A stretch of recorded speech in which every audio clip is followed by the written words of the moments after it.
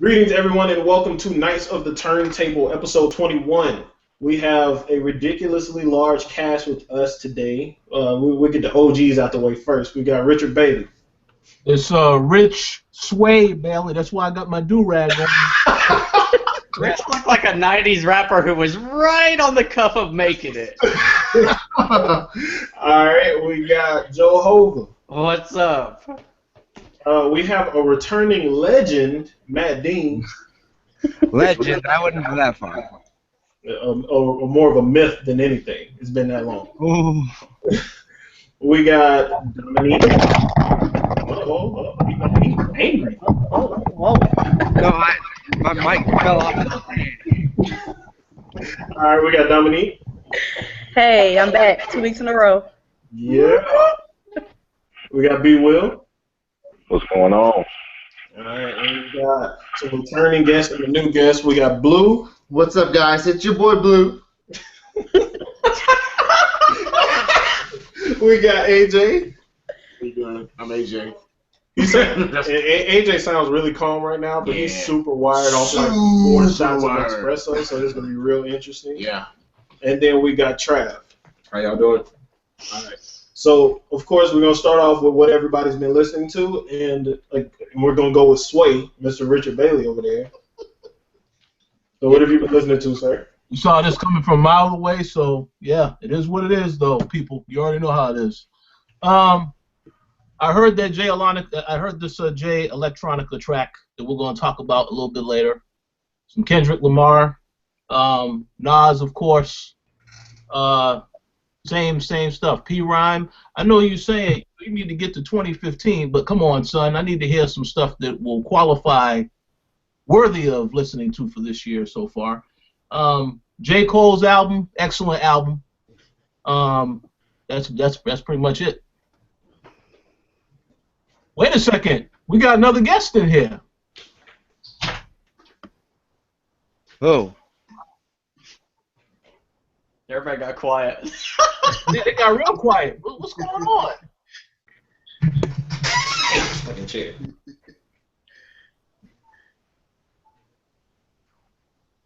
I guess we're going to have to wait for his mic to start working. Oh. I didn't think you introduced me. I thought I was going to slip in. I was trying to slip in. Welcome to the show, man. Thank you for joining us. Yeah, no problem, man. That's a good time, and we just went over what everybody else has been listening to lately. How about yourself? Oh, man, I'm in Jersey, so the only song they playing here, man, is Trap Queen, man. That's all they hear. That's all I hear. All in the streets. Homeboy is like 20 minutes away from where I live, so it's just I can't escape it. Word.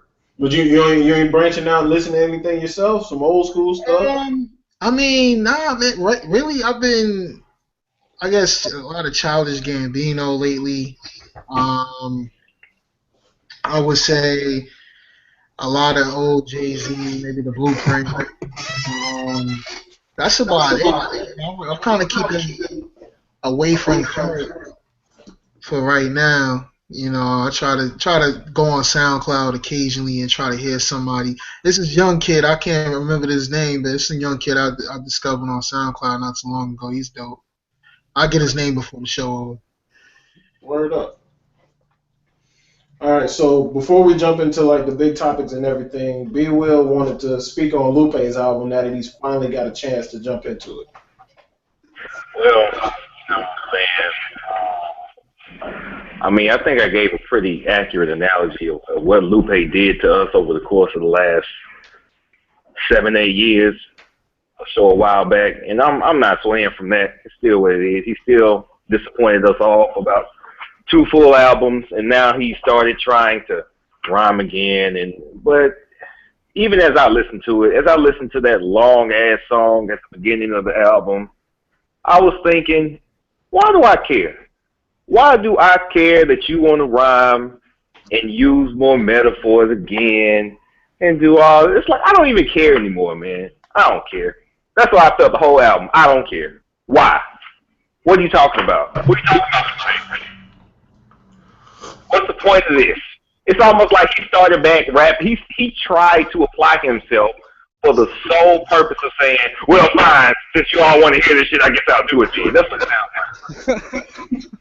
So with that in mind, you don't think he executed well? I'll say this. A lot of it hinges. I have started listening to music differently over the last, probably over the last 5 years. And what I mean by that is people who are making great music right now are making music that you want to listen to, not music that you have to try to listen to.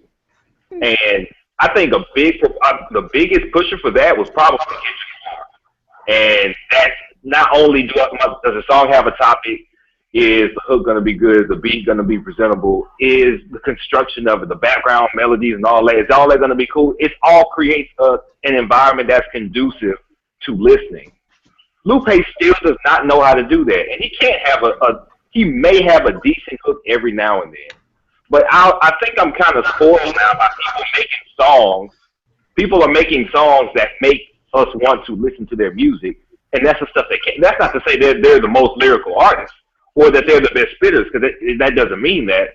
But Lupe's music I have to work to all right, let me try to listen to this guy again. Next track. And I'm sorry, man. I listened to it 2 times through. Delivery might be the one I like the most. Is it more because of the way he's alienated his fans in the last 2 albums, or do you just feel like you're done listening to Lupe? No, I think it's I went back and listened to the Cool. The Cool is the standard. That's his best body of work. And it's why can't you just do that? I don't know why you can't do it. I'm upset, and I'm hurt, and disappointed. I would whoop Lupe's ass if I knew him. All right. Well, some of the stuff that you touched on, like the song structure, we're actually going to bring that up a little bit later as far as the creativity conversation. So hold off a little bit. All right. But you did mention Kendrick, and I don't know if everybody in the show knows, but the release date for his album has been released is March 23rd. So just a couple weeks, and we're gonna actually get the album out there. I already know. Club going up on a Tuesday. Where I already know Joe and Rich and their opinion on it. I think we got Dom's on it.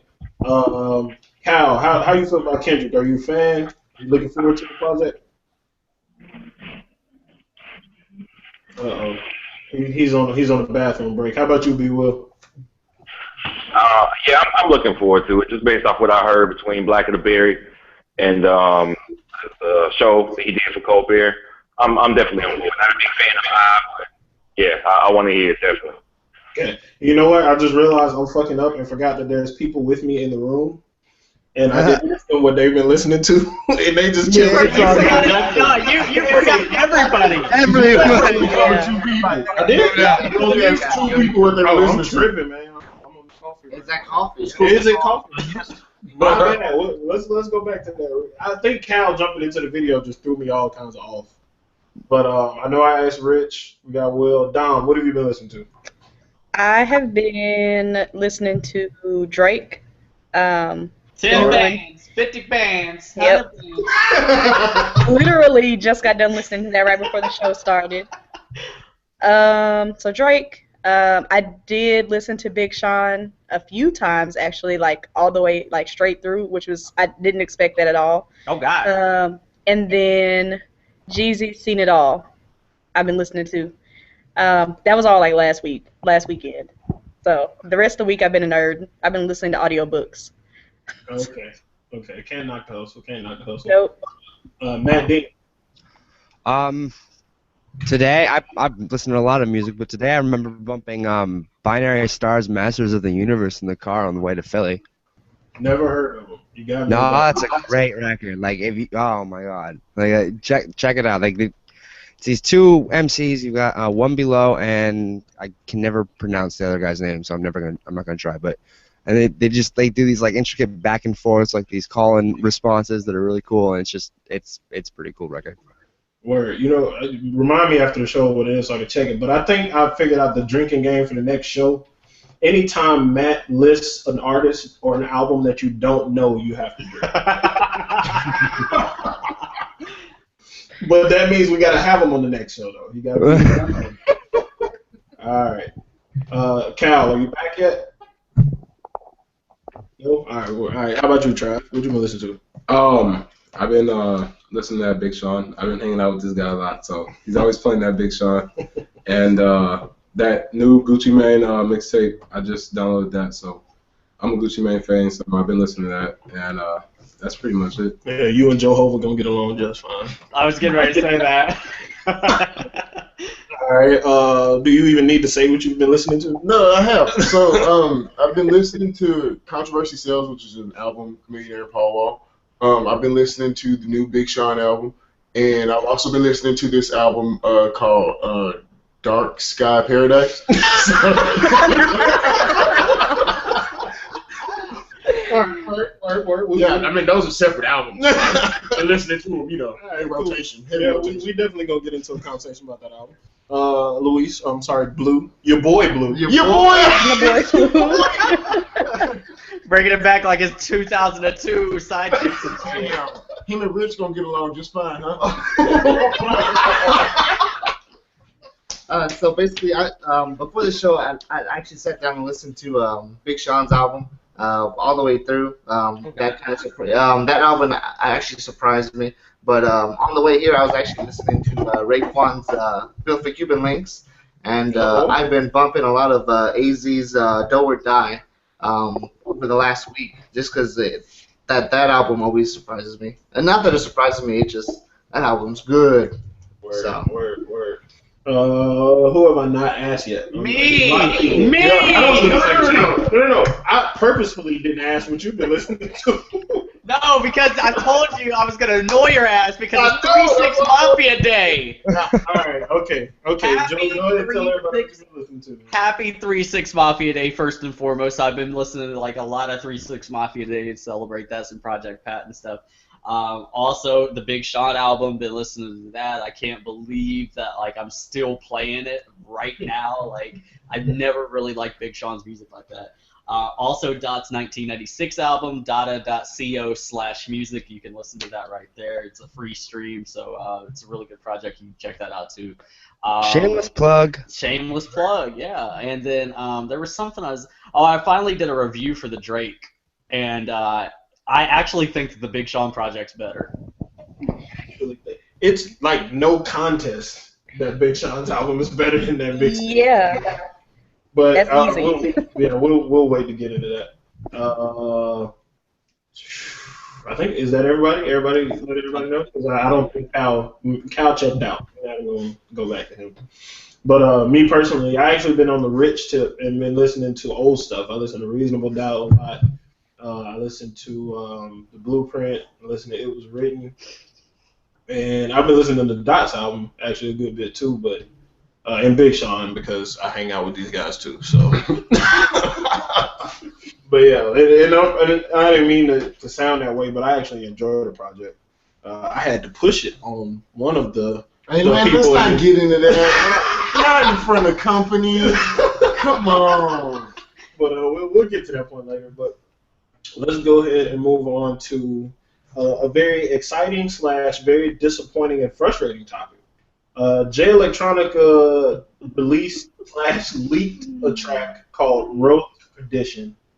We're going to put the pressure on the new guys first and see what they thought about it. Because it's fresh on y'all's mind. Y'all literally just heard it. Yeah. So starting with you, AJ. Well, you don't want my opinion because, I mean... No, I want everybody. Oh, okay. Well, I thought it was okay, in all honesty, which is why... When I was actually appalled that you all were so, enthralled with the newness of it. But I mean, what do you mean the newness of it?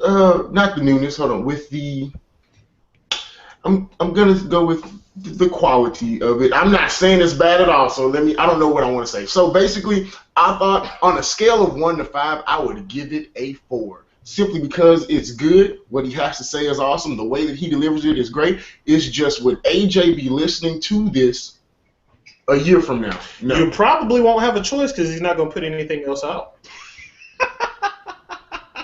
Good point. Very good question. Was Jay-Z on that song? Just a sample. Yeah, sample from. Yeah, I didn't get the sample. Let that bitch breathe. Yeah. That's that what was it. I agree with AJ. I thought it was decent. I'm not a big Jay Electronica fan. You know, it was lyrical, but I mean, I'm just not, like he said, I wouldn't, a year from now, I wouldn't be listening to it. And that's honestly the reason I say that is because the way that I judge music is, will it be in rotation? Like, for example, Well, Kendrick hold on. Lamar. Before you get into that, though, Okay. no Jay Electronica track is going to be in rotation. No. Well, hold on. There are singles, like there are songs that, like, damn, this is one of my favorites. I really like this song. Like, I can jam this. Like, I'm gonna listen to this a year from now. If we put on Money Trees right now, Money Trees came out a year ago. If we put that on right now, we gonna listen to it. Like, people still listen to Exhibit C, and it's 5-6 years old now, and they still bang it the way that it was when it was in 2009. Same with Exhibit A. I mean, most of his stuff, I mean, when it comes down to it, you play often. It's like saying, you know, like albums like, as we kind of mentioned, a lot of us have been listening to, or some of us has been listening to Reasonable Doubt. It Was Written, Illmatic. I mean, it maintains that classic formula. So when I heard it, I mean, I heard it 5 times before we started. I was just jamming out back here with my headphones. I mean, I loved it. It, as Charles said, it's upsetting because we're not going to get another track from him in a while, which, I mean, that sounds like the perfect intro to an album, but, you know. Yeah. And I think part of the effect of Jay Electronica is that you don't get him consistently, so it's kind of hard to be very excited about stuff. Because I feel like this particular song is easily better than probably the last 4 or 5 songs that he's leaked out. Like including the announcement, the Mobb Deep track, which was horrible, and the Dear Moleskine and all that. I think this is a much stronger song. But why do we have to keep getting it and just leaked in bits and pieces? Why can't we just get the whole? Because he doesn't. It's because he doesn't care. He doesn't care at all. And the way I equate it to is there was this back home there was this basketball guy in the same grade as me. He was like all city, all county, all that kind of stuff. And he had like scholarships to like big colleges, and he didn't have the grades to go to them, so we had to go hoop at JUCO. Yeah. This is Jay Electronica. He has the talent, he's just not putting it to the proper use. And it's frustrating, something like that, because I like Jay Electronica's music, but I don't want to get a new track every year and that's it. Like, I'm fed up with it. I wrote about it on Essentials on the post I did for it today, that I'm tired of the shenanigans. Yeah. Either put music out or quit. Word. Matt Dean, did you get a chance to listen to the track? Yeah, I did. I didn't find it really memorable. Because it's not. Like, It sounds like it's from 2005.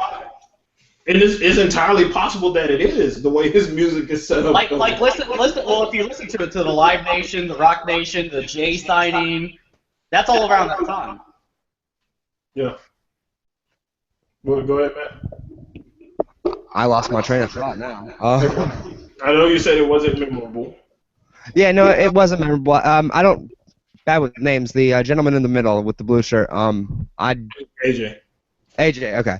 I kind of agree with that sentiment hit. Like the fact that it's a good way to judge music. Will I be listening a year from now? I thought about it and I applied it to that track, and honestly, no, probably not. It was okay for what it was, but I can't see it in my rotation. All right. So, but with that said, well, would it be different if he released? So, let's say he releases after a month after Exhibit C. Would it be taken completely different? I honestly don't know. I think maybe because the other music was already playing and people it was more relevant then. Probably, but now, yeah, maybe I just lost interest.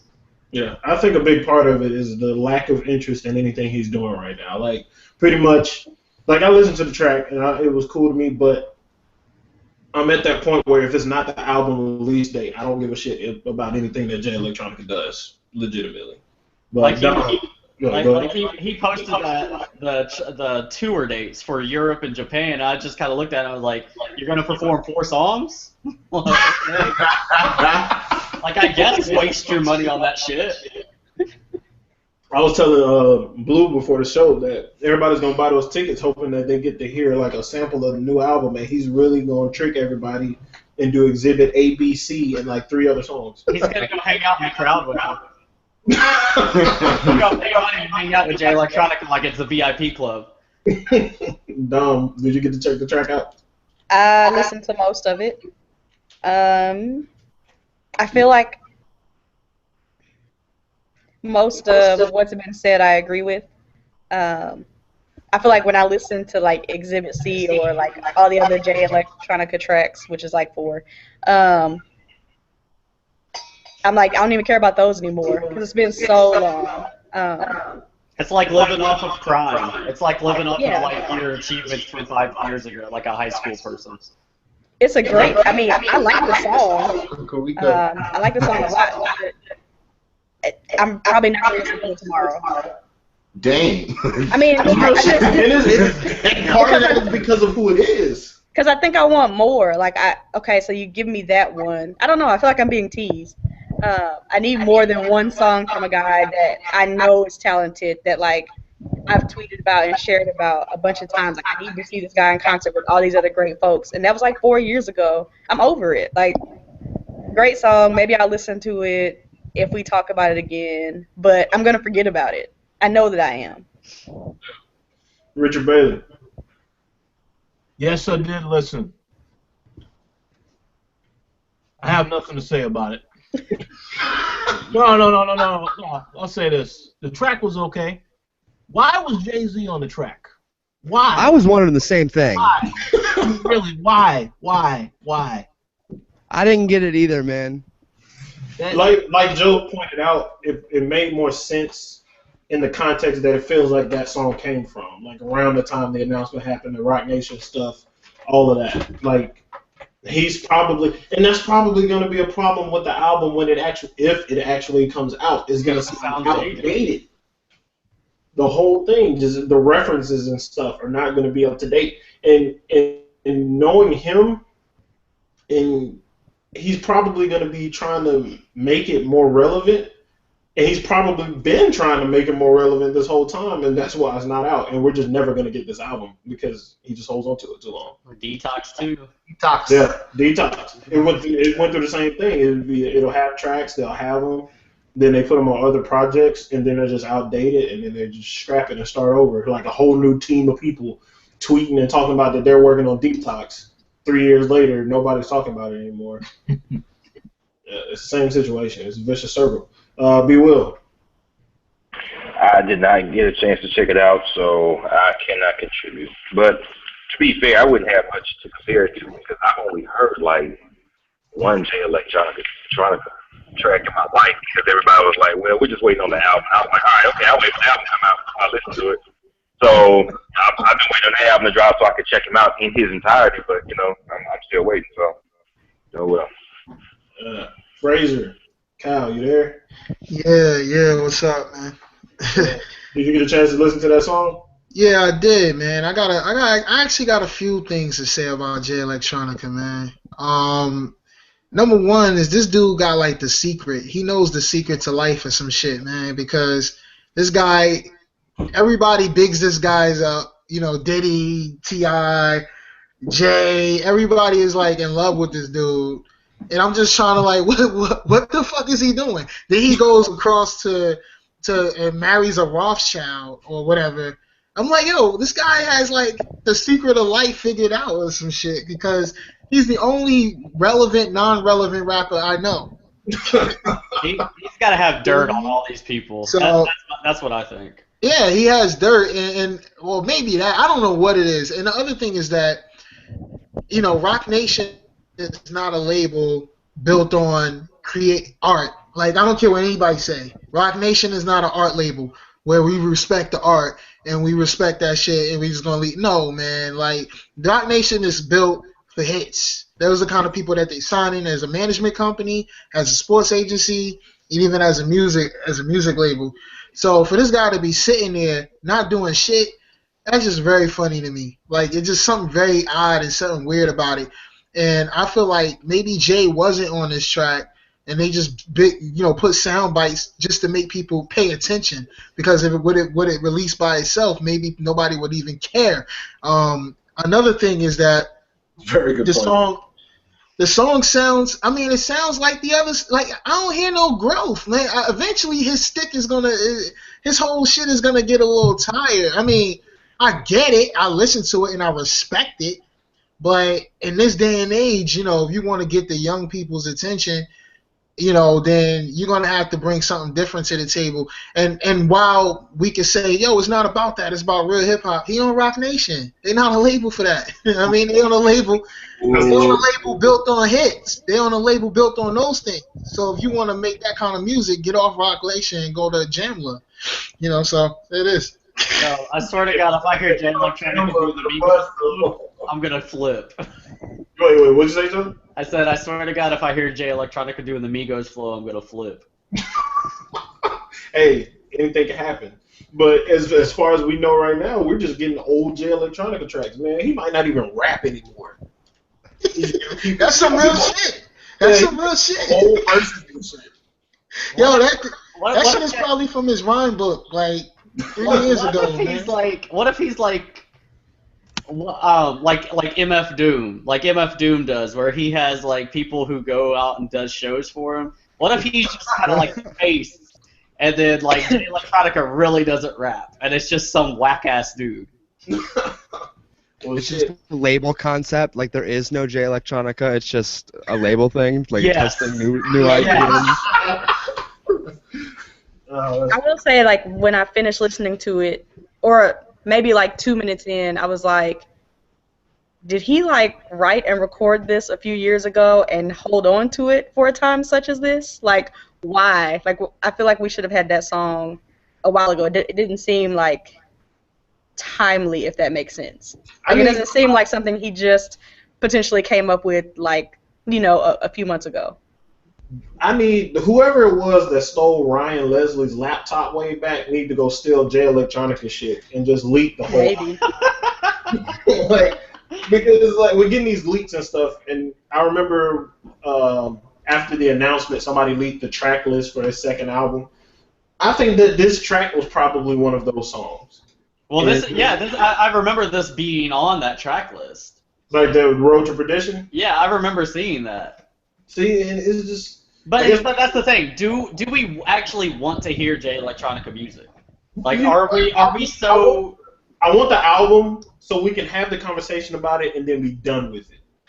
I don't even think I want the album anymore. I'll be honest, man. I need to hear it because I feel like this is what maybe people behind the scenes are hearing and saying, yo, this album is great, it's fire. Is that why he's getting all this praise and accolades from, you know, known people in hip-hop? I just want to know what the hype is about, and I'll be really interested in hearing the album just off of that. And this, you know, another thing, he might be living off ghostwriting for people right now, too. This is true. Because there was their moment, I think they denied it, but when Nas did the Untitled album, somebody leaked out that Jay Electronica ghost wrote that album or something like that. So that could be what he's doing just to eat, I guess. I don't know. I mean, at this point, I'm just like, I don't even care anymore. Like, you've dangled the album in front of me for so long that I'm walking away from it. I don't even care how good it tastes. I'm done. Word. All right, let's move on to the next topic. And I'm going to let AJ start this one off because I know he's very excited. What'd you say? I said that's some bomb-ass coffee. Go ahead. All right, but we're going to talk about Big Sean's Dark Sky Paradise. From when we talked about it at the beginning of the show, apparently everybody is listening to it, so that's a statement in itself. But AJ, since you denied greatness at first, my question, I just want to start off with the things that I have to say this evening with a question. Rich, remember, if we recall properly, last week we had a discussion about having a discussion this week on this album. What happened, brother? So, wait, Rich didn't listen to it? Well, he didn't mention it was one of the things that was in his rotation. Hey, I ain't even catch that. There is no discussion. I didn't listen to the mixtape, so I apologize to Big Sean and all his fans. I didn't listen to the mixtape. Why you sound like Obama? You're right. He's backpedaling. That's foul, Rich. Everybody listening to it. Yeah, Man. We trying to I know. carry you in the How can we 2015. have a discussion on current events if you're not in the current? I gotta admit, I did I'll be honest, I hear didn't- it in its entirety. So like, I did not didn't hear take it the in time its to listen to it entirety. yet either. Oh, I'm sorry, man. No disrespect to Big Sean, but I got some events going on too in life, so they had to take a back seat. Now, I mean, I'm not calling Big Sean whack though. You know, like I've heard the little that I did hear of the album, he was spitting. He was spitting. So I give him that. But go, give us your thoughts on Big Sean's album. Talk about it. As Dom mentioned earlier, it was one that I can listen to that thing straight through. Now, after a while, you hear songs a couple times, you like, I've heard this before, which is one of the, I Don't Fuck With You. I was done with that one. I really like the song, but after you've heard it so many times in public places, I'm done with it, right? So, other than that, we have the other tracks on the song. One of my favorites would be I have the deluxe edition. It's Research, and I shit you not, when I hear that song, boy, these hoes be doing research. Hey, so I really like that track. Overall, as a collection, as a complete project, I think it was solid. It was very good in comparison to all the other bullshit that is out, and Drake being one of the pieces of crap that hit the toilet. I think it was a very, very successful project. You just had to take that shot. Yeah, because Drake is doo-doo garbage juice. All right, Trav. Thoughts? I like some of the songs. I don't like all of them, of course. Mainly the big ones that everybody's talking about are the ones I like. Like AJ said, I listened to it all the way through. And the ones I like, I mean, like any album or mixtape I listen to, I put the songs I like on my iPod and I'll jam out to them.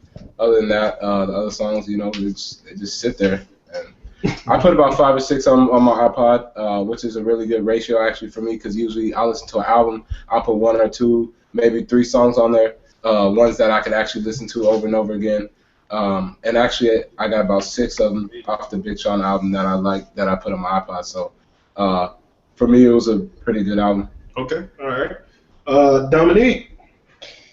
Yeah, listened to it straight through like twice while I was on the road last weekend and then again. I like it. I will say that I wish I hadn't waited so to listen to it, because all the songs that people were talking about, like Blessings, people tweet about that a lot. I feel like there's another one that people tweeted about a lot. It ruined it for me a little bit. Like, as soon as it got to the part that people tweet all the time, I was like, oh, this is the song. Because they overhype you, right? Yeah, so it's like, I don't even know if I can like it as much as you do, because you killed it for me. But other than that, I like it. I appreciate Kanye being on it and producing it. You know what? That was probably like my favorite part. We're going to bounce off what you just said right there. My homie AJ here, when I forced him to listen to the album, he trashed that Kanye song. Wait, which one? All Which one? The first one. All Your Fault? All Your Fault. He trashed. No, I didn't. No. I can see why, because that Mickey, Goofy, Chris Carucci shit was that was awful. awful. That was awful. Awful. That shit was atrocious. But But that's all he plays now, though. It's like one of the top 3 songs on the album. You know why though? Because that beat might be in the sample. talk. The sample is phenomenal. For the best beat of the year. That might be the best beat of the year. That's a big ass statement. in March? That sample is everything. Yeah, the sample is fucking fantastic. After you get it in you a couple times, it's like coffee and crack and cocaine and all that other shit. Yo, I find myself humming that all day long. We'll get to it. What'd you say, Joe? I said I find myself humming that sample all day long. Okay. Live for your love. Baby, live for your love. All right. Okay. All right. Who has not? Matt. Oh, B. Will. Have you listened to? Well, you probably haven't. No. Just like that. And I know that did. Luis. I listened to it once, and like I said, it was before the show. It started off great. I love the way it started off. Towards the middle, I thought it dropped off for my interest. I was actually here reading some of the lyrics, and I was like, it's for my style. I'm more of a East Coast kind of preference when it comes down to it. Look, I'm gonna tell you now, man. No. I know. You start reading. Wait a minute. You start reading. Wait a minute. Big Sean isms and stuff. The Big Sean isms are still there. Not as frequent though. Yeah, so I mean, for my style, like I said, it some of the songs bored me towards the middle. It picked up towards the end again. So like if I was to pull some songs that I would actually put on my iPod, it'd be like seven songs, which it's pretty good because I believe the track list was what 12. I got standard 15. Yeah. Well, I don't count the bonus tracks as actually part of the album. So, but can I say this? There was a song he had. Dang it, I cannot recall the name of it right now. So I want to say this first and foremost. Like listening to the J. Cole album, apparently that song, I shit you not, made me pick up the phone and call my mama, right? I felt the exact same way on that song. One Man Can Rule the World? Yeah, that he dedicated to like his grandma becoming a black cat. That was a good one. So like, J. Cole being your favorite artist right now and stuff like that. Hey man, if you can look at that and it's a like an equal comparison to me. Hey man, I like it. You gotta love it. That's fine. Yeah. Well, with that song, that's actually one of the songs I would put. That's actually one of my top 2 songs on the album. I wish that one would have been a bonus track though. That particular song. Because research should have been on the album. It didn't fit. I don't feel like it fit with the rest of it so didn't. That's why I didn't necessarily feel it. I mean, it had John Legend and all that, but it just wasn't. Yeah, it threw things off just a little bit. Yeah. Should that have been an outro? It could have been an outro. That's good, true. That's a good suggestion. I listened to it, and the song that I was gonna say it was my favorite song on there, and the favorite beat was "Play No Games." Actually, the one that has Chris Brown on it. Yeah, that seems cheesy to me. Like, that beat though. I love that beat, and I love that. Like I felt like the only part that was saved was Ty Dolla $ign. His was the best part. Yeah, it was the best part for sure. But it's just I enjoyed that sample a whole lot. But these hoes be doing research. Yo, I wanna like that song so bad, but every time I listen to Ariana Grande, I get this quote that my girl said that she sounds like she sings with peanut butter in her throat, and I laugh every single time. Oh my god. Personally, she reminded me of like Mariah Carey. She had that kind of vibe to everybody in that hook to me. Everybody makes the joke that she sucked out all of Mariah Carey's talent. Yeah. So. But if we just like one of the lyrics stuff, I don't know if y'all have ever been caught up, but this is like the realest shit ever. Go through your stick and say this hair ain't come from me. I was like, oh shit. So it was a personal journey for you. Yes, so you connected so deeply. I shit you not. When that girl said, "Hey, where does hair come from?" I'm like, I don't know what to say. During the headlights. That would hit home. Yeah. All right. Anybody got final words on Big Sean's album? Anybody want to speak on his growth as an artist? Yeah, I would like to because just even like last year, I wasn't checking for Big Sean songs. Like I didn't care. Like he was full of the isms and it just kind of ruined everything. But like I think the production helped him a lot on one. Like Mike Will's on there. Like of course Kanye's on there. And just the darker stuff overall just helped him a little bit. The one thing I did notice is that he used the same flow like almost the entire album, so that kind of gets dull. That got old. Yeah, I think that's just his style though. Like. Yeah, but it's a lot better than hearing because you have to listen like 4 or 5 times before you hear a Big Sean-ism. Yeah, that's true. 2 of them stand out to me: the ZZZZs and ... a lot of waiting. Yeah. That was on the first track. Yeah, I was like on the first one. The rest is cool. Word. All right, so moving on to the next topic. I actually got those out of order. We're gonna go and talk about the worst album purchases we have ever made. If you looked at the post, I mean, I'm kind of dirty for doing this, but I had lasers on there as the picture for the post because that is most certainly my answer. Well, you got to do it twice. Yeah, because I got screwed over twice. I bought it. You thought it would be better the second time.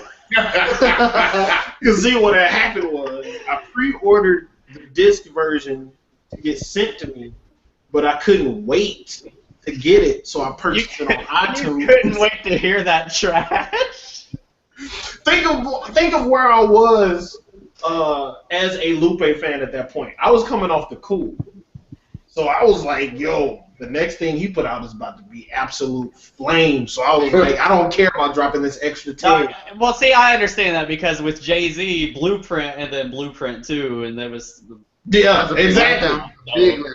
Exactly, and I was like, "Yeah, there's no way this could be terrible." I was absolutely wrong, but we will go. Who are we gonna start with? Rich, because he's probably gonna have like the oldest album ever. He's gonna have like some Sly Stone or something. Come on, Sway. Sway, what? He's looking at the camera. We're gonna let some of the other people go. Nah, you gotta go first. Yeah. Worst albums. If you gotta think about it, we can go to somebody else. AJ's ready. Go ahead. Yeah, I'm gonna say, and I'll give you the reasoning why. Nellyville. Oh! Can I give you the reason why? We waiting. Got it from Walmart instead of getting it from Damn. You know what? You got me there. Because I got the edited version. I was like, God damn. Yeah. Okay. All right. All right. So other than Nellyville, because that was a mistake. See how I surprised? Yeah. Okay. I live for the drama. Clearly, Mr. But do you have another album? As far as like worst purchases, man, I'm going to say, man,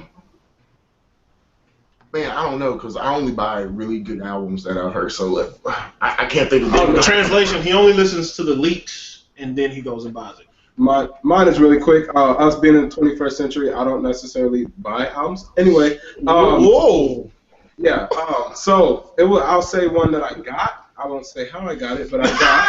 I have to say one of them Soulja Boy albums. I think it was. DeAndre, do that. Why would DeAndre Way or some shit like that? And that was absolutely garbage. Boo-boo.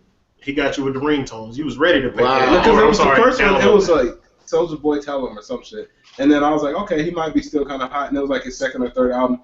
And I downloaded it, and it was, yeah. It was garbage juice. That's a shame. Luis?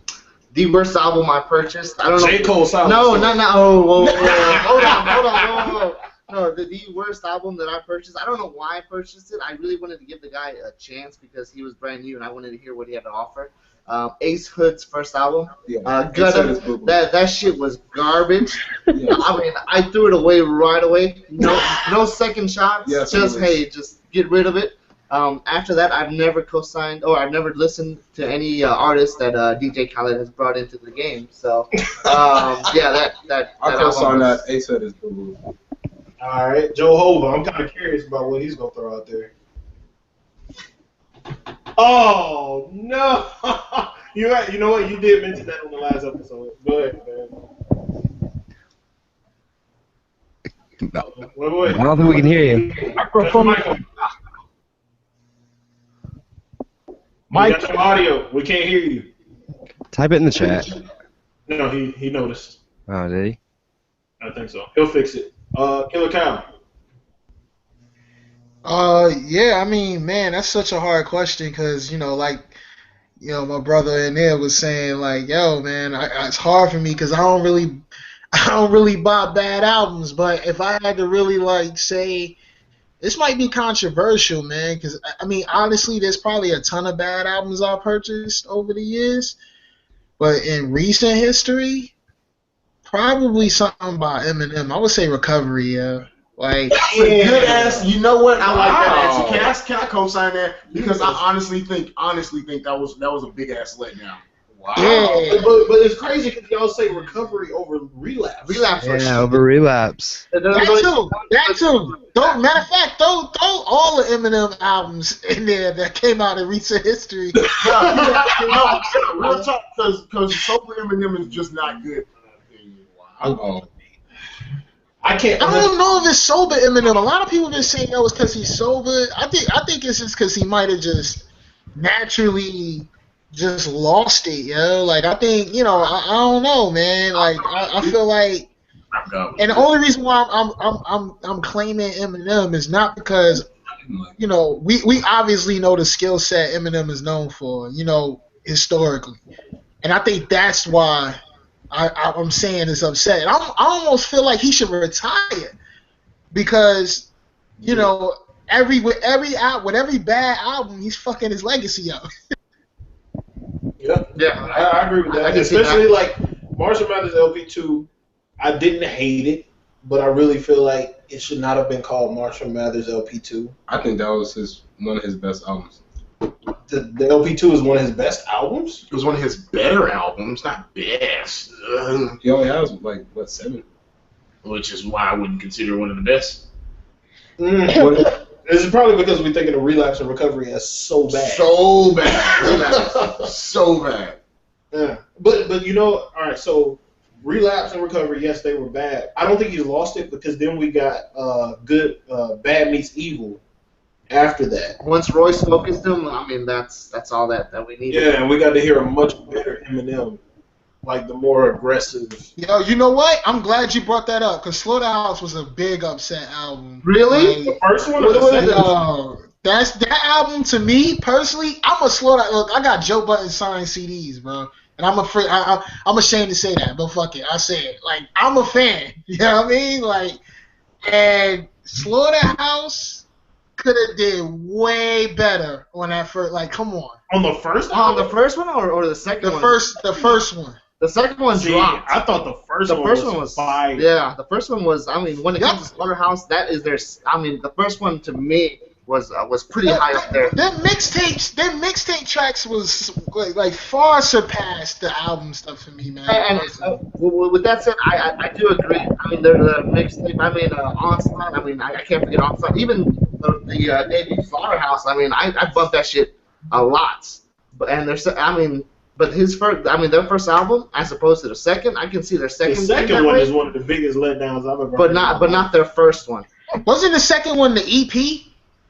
No, it was a full album. So you don't even remember it. That's how bad you got me out your memory. Like that shit was so bad. It was terrible. It was so commercial. Like it was drowned in commercial. And what's worse is that was after they signed with Eminem, and I think I saw Royce tweet something. Oh. You guys are right. I'm talking about the second album, not the first one.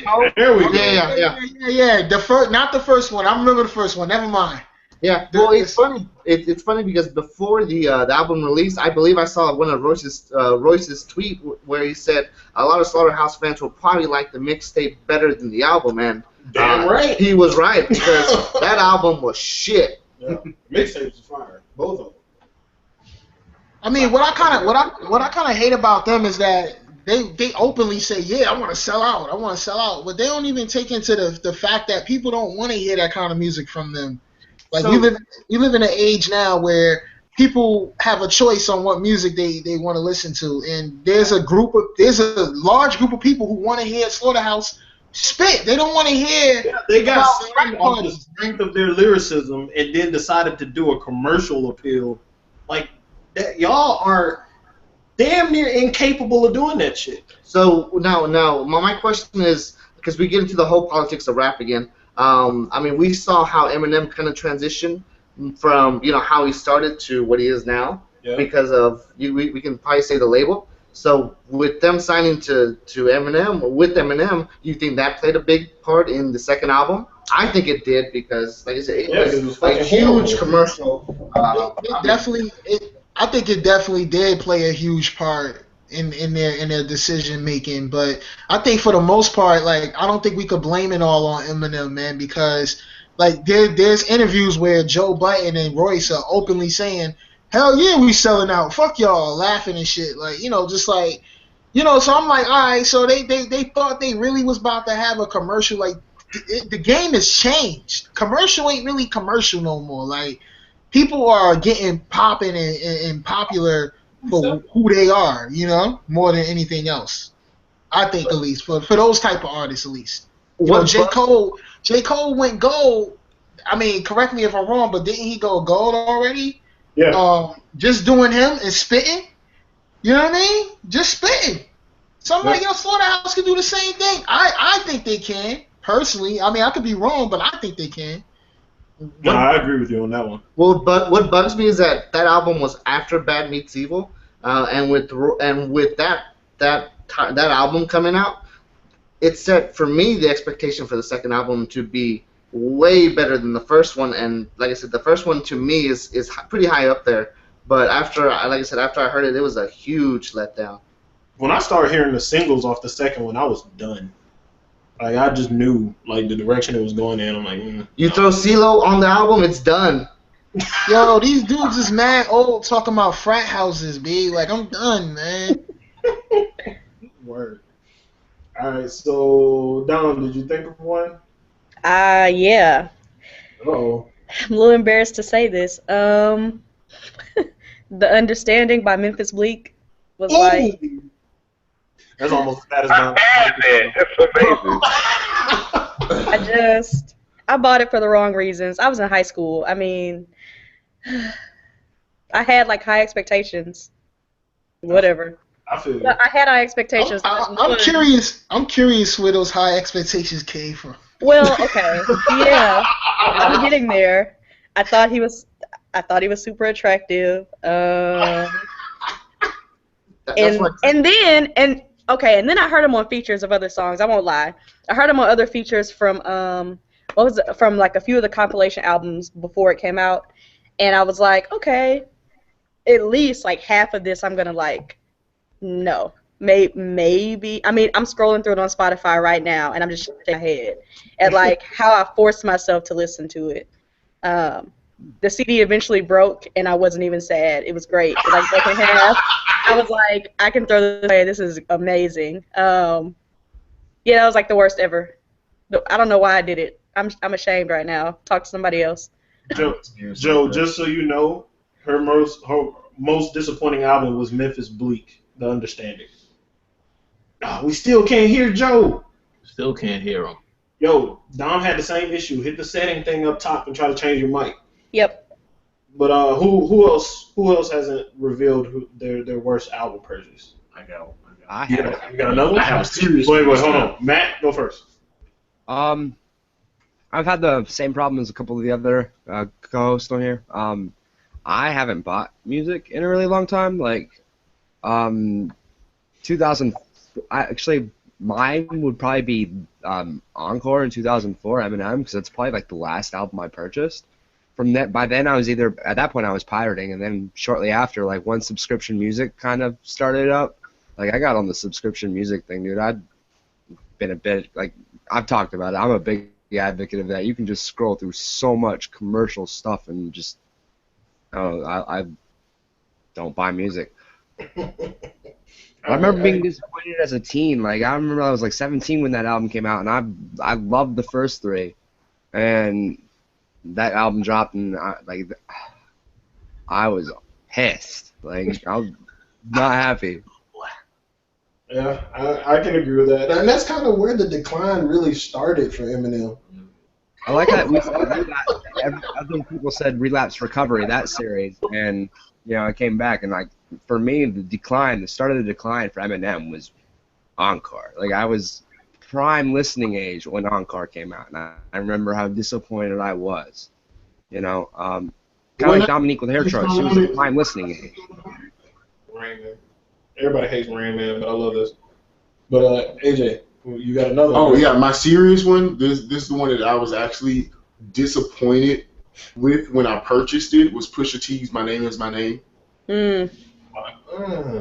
Yeah. I was disappointed because looking at that album, like you expect so much. Like Clips, I fucks with him. Pusha T by himself, that project, it's only like 3 songs that I really just fuck with on that album. And the mixtape before that was good.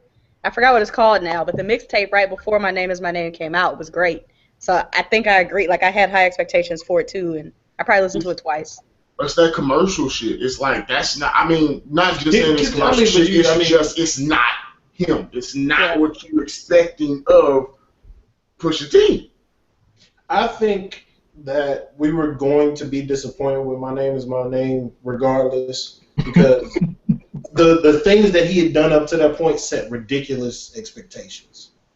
Like, you know, his verse on Runaways and stuff like that, and the features he was doing, the stuff with good music, it just wasn't. Okay, great. well, and the diss track towards Drake, which was incredible. But if we take expectations and other shit out of the way, if we just look at it by itself as a solo, as like a project, I didn't hate it that much. Well, I wouldn't put it in the stratosphere of like one of the most disappointing albums I've ever heard. Which is why this is my most disappointing, not yours. You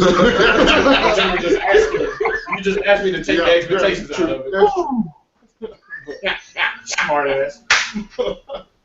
But did B Will get his out? And Joe, can you do it? Can we hear Joe? Joe, you just got to type like I did, homie. No. Yeah. Well, my most disappointing one was Lasers, without a doubt. It was the most disappointed I've ever been. It was like I had a deadbeat dad that didn't come to my basketball game. It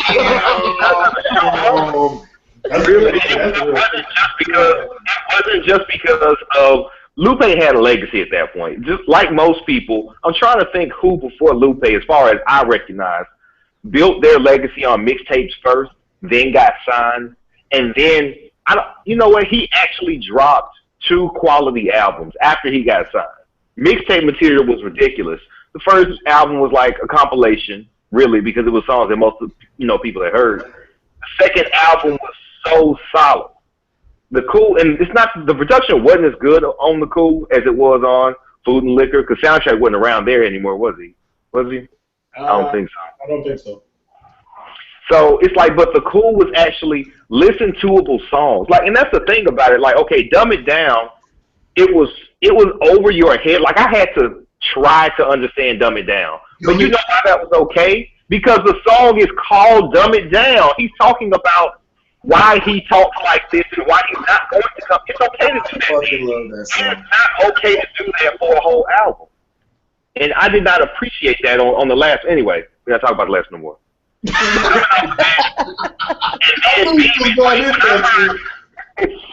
I heard I'm Beaming, I was like, oh shit, this album's gonna be so ridiculous. Did you hear I'm Beaming? That was like the best Lupe track I had heard. Overall, top to bottom. Maybe even, I won't say ever, but it was so impressive to me. So when I heard this album, Lasers, I was like, man, I'm just gonna get it. I just waited for it to drop. That day, I bought it online, and I bought the edited version by accident. So I just went back and bought the explicit version right then without listening to one track. And I saw everywhere people were like, man, this ain't really that good, man. It's like Twitter and Facebook, everybody was like, man, it's not. I was like, no way this guy who made this album, these albums before, can make a bad album. It's not possible. I'm going to listen to it. I'm going to be the judge and see if this shit's bad. And it was terrible. Like, what the fuck are you doing, Lupe? I supported you, man. Shit.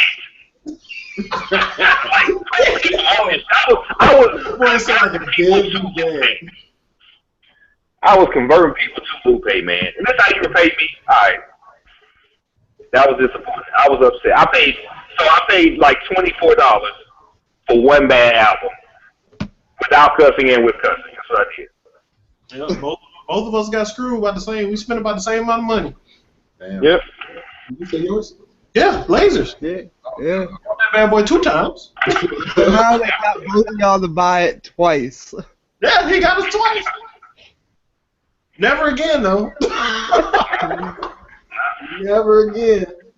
And I just mean buying it twice because I did get Tetsuo in Youth and I actually enjoyed it. So, but that's another topic for another day. I'm surprised no one's mentioned as an artist. Who? Like Lil Wayne after the Carter 1, Carter 2. Because it's a collective. The reason I haven't mentioned the Lil Wayne Wayne album, I haven't paid any money for That's any Lil Wayne valid. album. That's probably why. Because I didn't buy after Carter 2. I didn't spend a dime on the Wayne song since then. Shit, I ain't get good Lil Wayne. I ain't getting that. You need to calm down. Listen, if Lil Wayne knocked on your door right now and said, "Hey, I'm gonna give you $100,000, you shake my hand, I'll spit on that motherfucker." No, you would not. Take that over. Y'all think? Look, I take that for my respect. Hell no, that is doo-doo trash garbage. Do not fuck with Lil Wayne around this camp. That's why last episode, I remember District 12 offered him as a sacrifice. Yeah, you're right. He did. He did. Walk off the bridge. All right, but did everybody drop their worst albums? Oh, and Joe. to let everybody Joe? know what Joe's is, he showed us on the video, but his is David Banner and Ninth Wonder's album "Death of a Pop Star." But I really like one of those songs. I actually didn't hate the album that much, but he really hates that. He has mentioned it multiple Trash times. boat. It's trash boat. We can hear you. Oh, that's weird. Huh? I unplugged my mic and plugged it back in. Huh? Yeah, it's like Rigby would say. It's trash boat. Like it was. They sold me an album full of snippets. Like there was like maybe 3 songs longer than 3 minutes. That's true though. That's very true. I can't argue against very true. Like I was so pissed off that I paid money for that. Like I don't want to ever listen to Ninth Wonder dull drums ever again. I'm sorry, but they have this. I shit you not. It was my ringtone for like a year, and I can't remember the name of the damn song. Hold on. I think I might remember it. Was it Slow Down? And it kind of had like Slow Down. Yeah. Yes. I fucking love That's it. what drew me into it was Slow Down, and then the one with Marsha Ambrosius and Ludacris that's right after that. Like I love those 2 songs, and I was like, okay, I've got to buy this album, and I went and I bought it, and I was pissed. Yeah. Rich, did you say yours? No. Okay. Uh-oh. Well, let's hear it. De La Soul. Well, let me go ahead and say this right now. Erykah Badu. No. I'm gonna go ahead and say this right now. I take the pressure off of you, Dominique. I know you was embarrassed earlier. Well, I'm going to do you one better on my pick. Murphy Lee. Goddamn. Don't do it. Oh hell no. Murphy Lee. That's another one. That's honorable mention for me. Well, I'm not a fan of any of those cats, but no, this ain't who. This is easily not only one of the most disappointing albums, but one of the most disappointing artists that has so much potential. The album, Busta Rhymes, Anarchy. Now, Anarchy, you know, of course, that was a very creative name because that's what happened to his career after and it kept happening after every single album. You would have maybe 1 or 2 good songs, the singles you hear on the radio, then the rest of the album is just garbage. God damn, That's true. There is not one goddamn solid Busta Rhymes. There is one good album from him. Wait, hold up. The one on Aftermath, y'all ain't fuck with that? Big Bang was a dope ass album. Yeah, it was. I definitely like that one. How long ago was He that? got one. How long ago was that? Give him his one. How long you been rapping? How long he got out? You can Big have Bang. one, and he still. I mean, his can old somebody- stuff ain't that bad either. I just didn't really fuck with Busta Rhymes back then. Like, that's Rich era. Like, I let him have that. I didn't fuck, because like Scenario, Tribe Called Quest, like him on that song, I treated that like his old career. I didn't listen to his whole albums. I'm gonna just go off that one verse. Yo, That's the Busta Rhymes I remember. I imagine Rich trying to tell us what you know about that young blood. Wow. You know what? I came up in that era too, man. You know, the Busta, when I was a kid, you know, the Busta Rhymes, Wu-Tang Clan, you know, like the whole golden era, man. That was my era, man. And I gotta agree with Rich, man. Like, yo, I now that I think about it, I can't really think of a solid Busta Rhymes album, man. But yeah, you're right though. The one with Aftermath was pretty dope, and the song that I remember off of that was Legend of the Fall-Offs. That's the shit that he got with Dre, and it's like a skit mixed in with a song. That shit's pretty dope. I like that song. I like Pastor Cavassier. Yep. Yeah, that's what it was. Busta Rhymes had the hits, but you are not going to listen to a whole Busta Rhymes album. It's not. You gonna get that greatest hits and not that mug. That is it, bro. And also honorable mention for me. Honorable mention for Joe was Murphy Lee. Yep. And Jaquan. I can't believe I bought that Jaquan album. I've got 2 honorable mentions for me. One being Yeezus. Now, I'll throw this out there. I paid $1.99 for that on Google Play, and it still qualifies because that was $2 on that. That's $2. That's $1.99 that I am getting back. And then the other That's 2 McChickens, sir. T.I. versus T.I.P. was so fucking disappointing to me, bro. Like Jesus. both discs. or both sides, not both discs, like both sides of that bad boy. Yo, that T.I. versus T.I.P. album was like, I knew it was gonna be bad when I heard the Wyclef song, like the Wyclef single. I knew. I was like, this is gonna be. Yeah. You get Wyclef on there, and it's a wrap. But anybody else got honorable mentions? I got one more. I'm surprised no one's mentioned this. J. Cole. No. We kind of, or me and Charles kind of talked about this. We kind of mentioned it last week. I'm surprised no one's mentioned it. But Common's Universal Mind Control. I was just thinking. I thought about it, but Charles didn't pay for that because no. Blue paid for that. Hey, that's $11 I ain't getting back. So fuck. I'm sorry. What made you pay for that? Nothing that came out. I didn't even. I got that for free working through college radio, and I didn't even want it. Like I wanted to give it back. I wanted to send it back to them. Yeah. There's a lot of albums I can think of that are horrible, but I did not buy them. Like there's a couple Nas albums. I gave it a shot. I gave Common. It was Common. I gave him a shot. Which Nas albums? You said a couple. He got mad. Let's not go there. The Uzi album. Yeah, make sure that's the one of the worst singles too. But continue.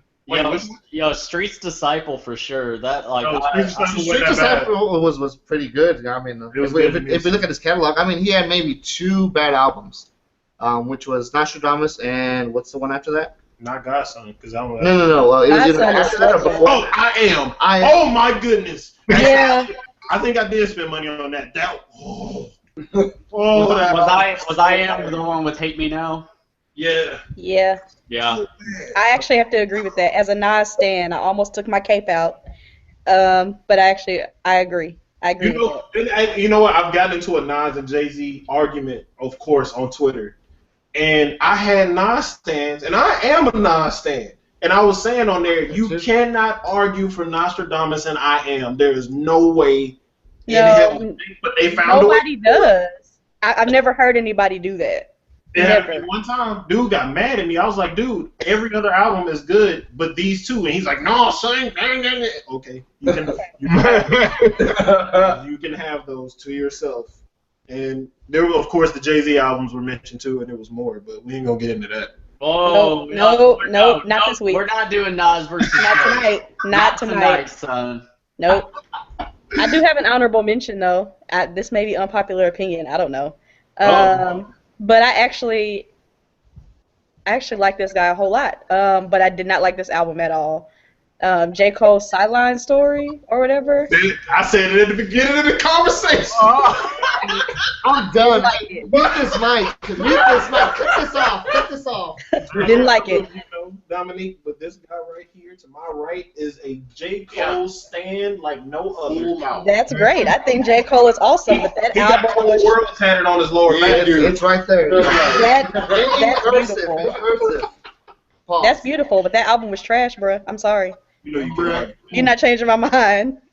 I don't know if that album was trash, but I know it had a lot. Like the potential it showed was good, but it didn't live up to it. And like, so what ruined that album was Friday Night Lights. When after you heard Friday Night Lights, it's the expectation. What ruined that album was Mr. Nice Watch and the workout song. So hey, we get back into this argument of why did Jay choose to be on that song when he had the chance of being on God's Gift, which was obviously for him. Because Jay was trying to show him better. Yeah, Jay said that song was so much bigger for what it was. That song specifically, and I'm like, what the fuck are we talking about? That was one of the weak points of the song. But hey, that album, I liked it. So hey. I'm sorry, man. Hey, it was. I feel you though, blind. You got to cape up for the boy. You ain't lying. All right, let's get into the last topic. Raekwon did an interview. I cannot remember who he did it with. Noisy, as a matter of fact. And he was asked, when you look at today's rap scene, do you see noticeable differences from when you came through the early 90s? The evolving business culture. His response was, there are smarter artists now than there were back in the day, but back in the day, the artists were more creative. There were more kids that did the music from the heart, and wherever it took them was because of true talent. Now you don't have to be a great artist to be a great businessman. You just have to know what records calculate their time for you. So we're going to expand on that conversation. Killa Kal, do you want to start it off? I mean, sure, I agree with him. I think, now, it's very easy to penetrate the market, get something out there. The music industry is very hits driven right now. Albums don't make any money. Rappers make more money off of club appearances and singles, and that's it. Shows, that's it. So, I mean, if you can get your business right, you can survive this game. It's unfortunate because Raekwon is right. Like a lot of real rap, real creativity took a back seat. And here's the effect of that, right? And this is what we might disagree with each other a little bit on the panel tonight, is because I like people like J. Cole, I like people like Kendrick, but coming up, I kind of felt like rappers were better, and I feel like because the bar was never set so. Well, I guess because the bar is set so low these days that dudes could come out and they can shine and sound like God, because there's no competition. Now I know this is controversial, you know what I mean, for me to say that, but I just feel like that's my point, and I respect any opinion that goes against that. I respect it. All right.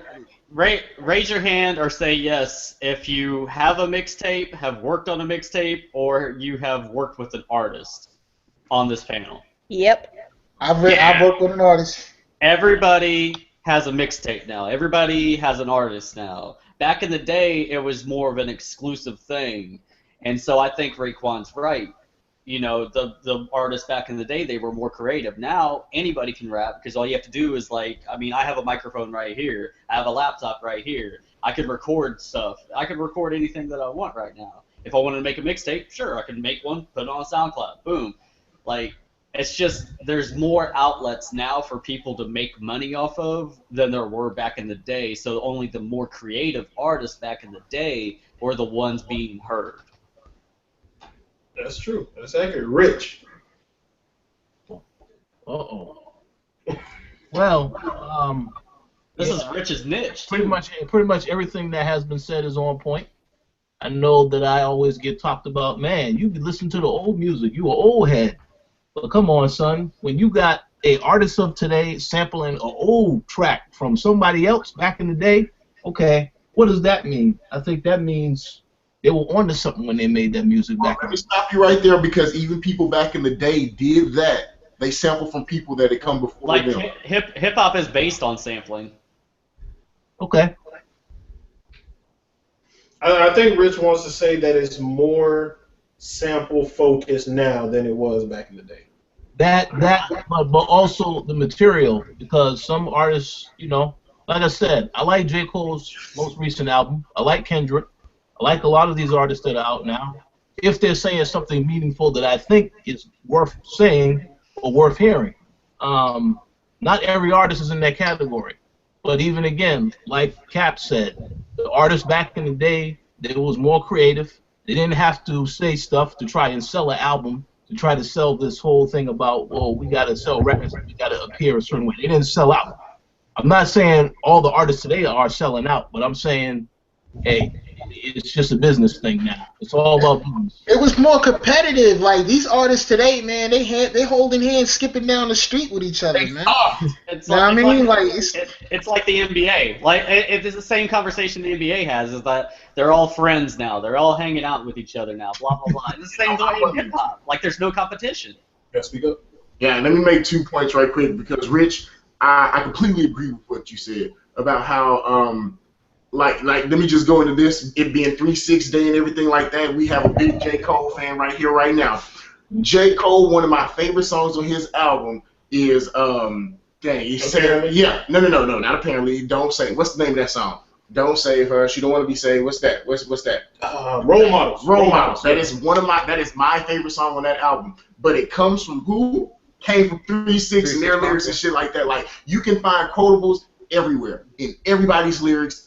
all the time nowadays, and you don't Referencing have, old yeah, they're referencing things from the past. You didn't have that. That to me, in my opinion, is one of my biggest peeves when it comes to listening to artists nowadays. Their lack of creativity. Because let's be honest, Jay-Z got all his popularity. Yeah, you can quote somebody because of what he wrote, and he can't contest you because that man gone and stuff like that. But like, where's the creativity where you have something that you actually feel that you put into music? Which is why I feel that the greatest music comes from emotion. With like all the diss records, that's why all the diss records and all the things where like people were going through breakups, confessions with Usher and shit like that. So you really like Drake then? No, come on, stop. I'm sorry, go ahead. All right, and the second point I wanted to make about how everyone is being Callion, that guy, how he said how everyone's friends, and I agree with that as well about people being soft, because I'm always thinking like the people that were in contest with each other, they were taken out, right? No one wants to go with anyone anymore because we're all good and we're all happy and everything's like goody two shoes. But everybody can get on a track and not be contested saying I'm the hardest rapper out here, I'm the realest one alive, I do this and I do that. But when your validity is not contested and your proof is not in your pudding, where do we stop it? Like, this shit can go on forever because everyone's about making money. Everyone's about, oh, my heart is in the music, but I'm about this money. That's two conflicting arguments. Isn't that kind of what Kendrick said on the Control verse, basically, about everybody being buddy and yeah, step that game? Yes. I respect that. I respect Kendrick for doing that, but I still feel like he can get washed by a lot of dudes back in. You know what I mean? I mean, and they didn't do it. And you're right, there's a lot of buddy stuff going on now. But off of what Cal said, with like people that are popular now not surviving back in the day, I agree with you for sure. I feel like, if you just take J. Cole and Kendrick, I feel like if you threw J. Cole back then, he wouldn't. But I think Kendrick would. Yes. I think Kendrick would. Actually, like TDE in general, I kind of like all of them. And I think the music. Yeah, that's true. But people have learned how to manipulate the market. Because look at people like Migos, like Lil Wayne. Well, Lil Wayne, he done fucked up and forgot how to manipulate the market. No. When you have like such a long string career of nothing but his behind on the radio. Okay, go ahead. If you have such a long time of like that's all that people hear for a while, they get accustomed to that's like the new sound. So like I'll just put it to you this way. If you have a bowl of ramen, right, and every time that you make ramen, you put less and less water in there, you'll get used to it being a condensed, strong bowl of ramen and shit like that. We got used to his bullshit, and in my opinion, it was bullshit for that long time that he was on everybody's features. He had mixtapes coming out after fucking him on every other verse, right? It was quantity and not quality. So that's why it's allowable for people to have success in this world like Migos. And don't get me wrong, I listen to Migos because it's good for the turn up, but it doesn't mean it's good rap. Okay, cool. Let's get another perspective on it, Dom. Yes. Great. This is like a great conversation. I think my issue with stuff that's coming out today is I guess I feel like music is like microwaves, like popcorn. Like, think about how much music comes out every single day. And it's not good, but now we have social media where people can hype it up. Like, people can literally hype up every single thing that comes out, whether it's good or not. And whatever is talked about the most is now like that's what's hot, that's what everybody likes, even if it's awful. And then you come through and you say it's awful, and now it's an argument, and now it's like I don't know, it's hard. It's like it's like they want to argue the numbers instead of the quality of the music. They do. They argue numbers a lot. Like that Coco song, like. Don't get me wrong. Like, I will turn up to that song just because that chorus is hot. But like, the quality of that song is not good. No. And then people want to argue that it's the hottest thing out right now. I think it's like a double standard. the worst part is now, like I remember when I grew up, I was like one of the only people listening to lyrics, and I loved lyricists. Like if you asked me what I was listening to, it was like the most unpopular stuff, but I was actually listening to the words. I knew all the words, all that kind of stuff. That doesn't happen anymore. Not as much. One, and then two, we actually have some really great producers now. But in order to get themselves out there, it's like whoever gives me the most money to make a hit for them, so they get put on. But like the song can still be awful. So there's a lot of I think there is still a lot of creativity and a lot of talent out there, but it's getting mixed in with like trash somehow. Like an excellent producer could end up putting OT Genesis on their song, and we're gonna listen to it because the track is great, but the song is awful. And so I find myself like. Now this awful song is stuck in my head because I love the beat. I love Zaytoven. I love Metro Boomin. I love I think they are great. I was getting ready to make. And the song is bad, and I feel dumb because I'm like, people are like, Dom, why do you like that song? This isn't even your type of music. I'm like, I promise it's the beat. But that turn up though. Yeah. I'm telling you. It is. I think also my age is in that too, because like I wasn't at the club like listening to songs at parties on a regular basis when I was like 13, 14, 15, listening to lyrics and music when I was buying it, listening to it at the house. It's different now that I can go out and you hear songs over and over again. You're in an environment where people are turning up to certain music. And so that's what you're going to hear more often. And like, I stopped listening to the radio because I found myself like only listening to turn up music that was on the radio, and that also wasn't good. Even from artists that I love, like the songs that we hear about the most often are often like they're songs that aren't even that great.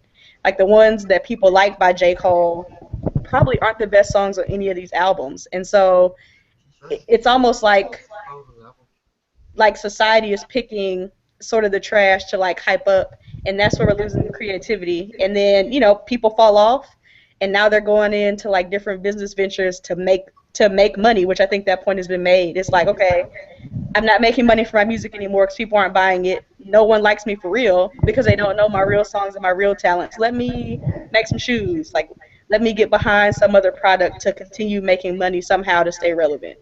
One that the thing that I wanted to point out that you said is like the producers, and I think the producers right now cover up a lot of the artists because like you have like Metro Boomin and then Mike Will and DJ Mustard and, you know, Zaytoven. They're like the hottest out right now. So you could put like a dog farting over their beat and people would listen to it because it's, oh, did you hear that new track produced by Metro Boomin? I think the creativity is more in the production now than in the actual lyricism of hip-hop. It's a shame. Matt Dean, I know you're going to have an interesting perspective because you don't really fuck with mainstream like that. So what are your thoughts? Because I don't really fuck with mainstream like that. All right, yeah. I've been sitting here. Like, it's such a big panel. I didn't want to like interrupt. Like it is. I've been enjoying this conversation. You got to get in where you fit in, man. Yeah, it's a big panel. Not quite used to it.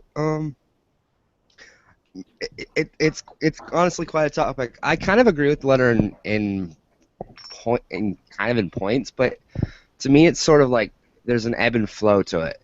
The internet has kind of like in the 90s was kind of pre-internet. We weren't getting music the same way. It wasn't as easy to distribute music. There was kind of a gatekeeper, and since the gatekeeper has kind of been lifted with the internet, it's created an environment, you know, where everyone can make this shit. And it makes it really, like, the amount of garbage you have to filter through to find really good shit is high because there's so much of it.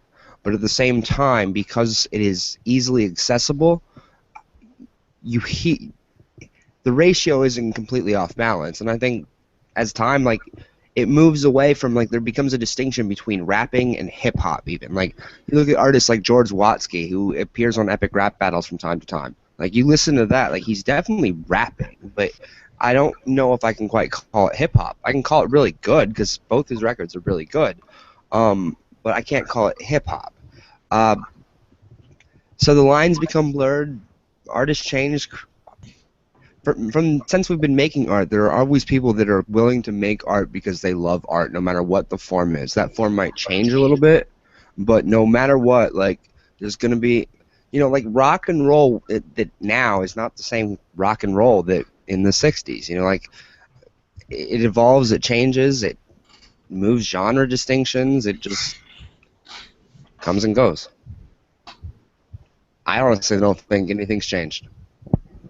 That's an interesting statement. Like if you go from like early art, like the earliest of art to now, it doesn't really it hasn't changed. We've always been progressing somehow further in art, right? Like I know that extends way more than hip hop, but I think it just goes so much further than that in the extent that any sort of, you know, art is always going to keep moving forward, and people are always going to try to keep doing, you know, interesting and new things as long as it comes from the heart. And there's always going to be those people that have that, no matter what. And the internet kind of makes that easier. So it's a double-edged sword, but in the sense that it also makes it harder because there's so much garbage. I think there's also people trying to sound like who's hot right now. So like whoever has been like the hottest, people try to change their flow to like match that. Or I gotta find a producer that sounds like that, or let me find a sample sort of like that one, and maybe that'll make me famous. Like the Migos flow. Yeah, exactly. Like now everybody's doing the Migos flow, and it's really annoying because it's people who are talented, who have their own flow, their own style. Stick with that, or maybe improve it in your own way. But like, I don't want anybody else sound like Migos. Like I don't.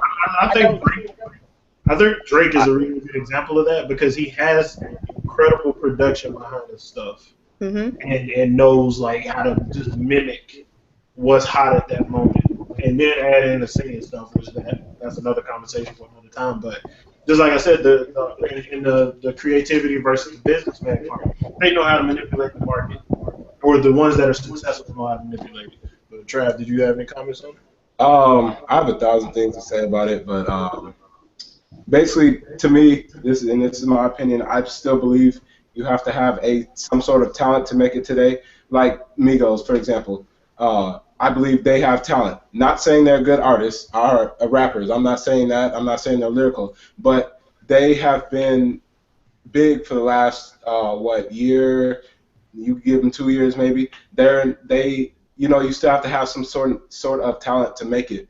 I disagree though. Another one, like Joe was saying, I also disagree with what Joe said, that everybody's an artist nowadays. Everybody is, anybody who's wanted to sing has always been an artist. Before we had mics and computers at our disposal, friends would still sit around, sing, make songs. Just because we can record it today and put it on the internet does not mean that, it's that everybody's an artist nowadays, and it wasn't like that 50 years ago because they were doing that 50, 100 years ago. They just weren't putting it on the internet because they didn't have the internet, or they didn't have, everybody didn't. Right. There's actually kind of a joke that just goes, everyone's trying to write the next great American novel. Like that's a saying. Sometimes you'll hear people say like we've been trying to do this forever. Like you're always, if you can pick up a pen and paper, you can write a novel, right? If you read a novel, you might want to write a novel. If you listen to hip hop and love hip hop, and you have the ability to make hip-hop music, you're going to want to start making hip-hop music, right? Like, it inspired you at an age or a time for a reason, and if you're passionate about it, you're going to go ahead and do it. And painting, you're going to pick up a brush, it doesn't matter. Yeah, and like the whole thing where you said, like, if you're successful, you have to have a degree of talent. I guess on a broad scale, that makes sense because, like, I guess you consider your business acumen to be a talent. Because I feel like that group, the ear drummer, Ray Shrimmer. Ray Shrimmer. Okay, I feel like they have no talent rapping whatsoever. Right, and that's my point. It's not necessarily talent in rapping. Yeah. They're not lyrical. They wouldn't stand up against, say Eminem, but they have talent. But even then, because you can't put everybody up. Like, I don't put everybody up against somebody like on a lyrical scale, Eminem or something. But just listening to what they're saying and the structure of the songs, I feel like it's terrible. Right. Okay. So let's take Young Thug. Let's take Young Thug. Young Thug would never be one of their songs with J. Cole. They are not in the same category, but they both have the talent because they're both big mainstream artists that make money. The beat is the talent. That's the skill. Talking to the production, get the right person. I think that there's some sort of like swagger or like some sort of it factor for artists like that because like Ray Shrimmer, like I didn't want to listen to anything after No Flex Zone. Like No Flex Zone is hot. No Flex Zone is going to be hot for like another 10 years. But there's like some sort of it factor. Like I don't know if they carry like this swagger and it's not just for them. It's for like artists who we can't really find a talent for. But there's like my thing is if it's not talent, if it's just they're making garbage. Like you were saying, everybody's an artist. If it was that easy, everybody would be big. Everybody would have a big hit. Yeah, that's true. That's true. No, Yeah, but how many? Easy though. That's Being what I'm saying. Being an artist takes time to develop, right? Wait, say what? Being an artist kind of takes time to develop, right? So even though maybe not everyone's gotten to the mixtape stage, how many people you think are sitting in their head and writing raps or doing, writing poetry or whatever? Okay, you like say they just that haven't gotten there yet. You said it takes a while to be an artist. There's people who. Well, it's a progress. Right. Like you said it takes a while. There's people who've been doing this for 20 years who haven't, got a word about them. And then there's people that do it for 6 months and they blow up. You had something to say, Adrian? Yeah, my question was just simply if how he was putting it, that these are people that are of low quality, but they still have this it factor, this swagger, whatever it is, right? When do we start to classify this as a separate genre of hip hop? Like, they specifically for the turn up. It's not for you to have deep thought about the quality of it. It's not for you to appreciate. Well, I'll say things. this. I can't speak for everybody else, but I don't have an issue discerning between what's good for a club.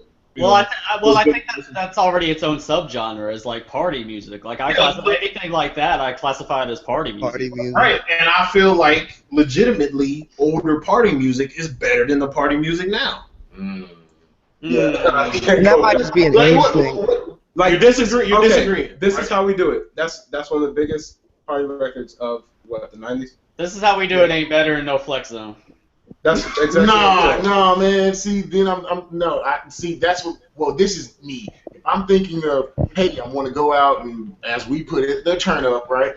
I'm not gonna want to go out to y'all gonna make me lose my mind. Fuck no. I'm talking now, we're about to get into what's like time relevant and stuff. First off, the first song, This Is How We Do It. I think that was a bad example. One, because that's not a rapper, and two, because like people really do still play that in clubs.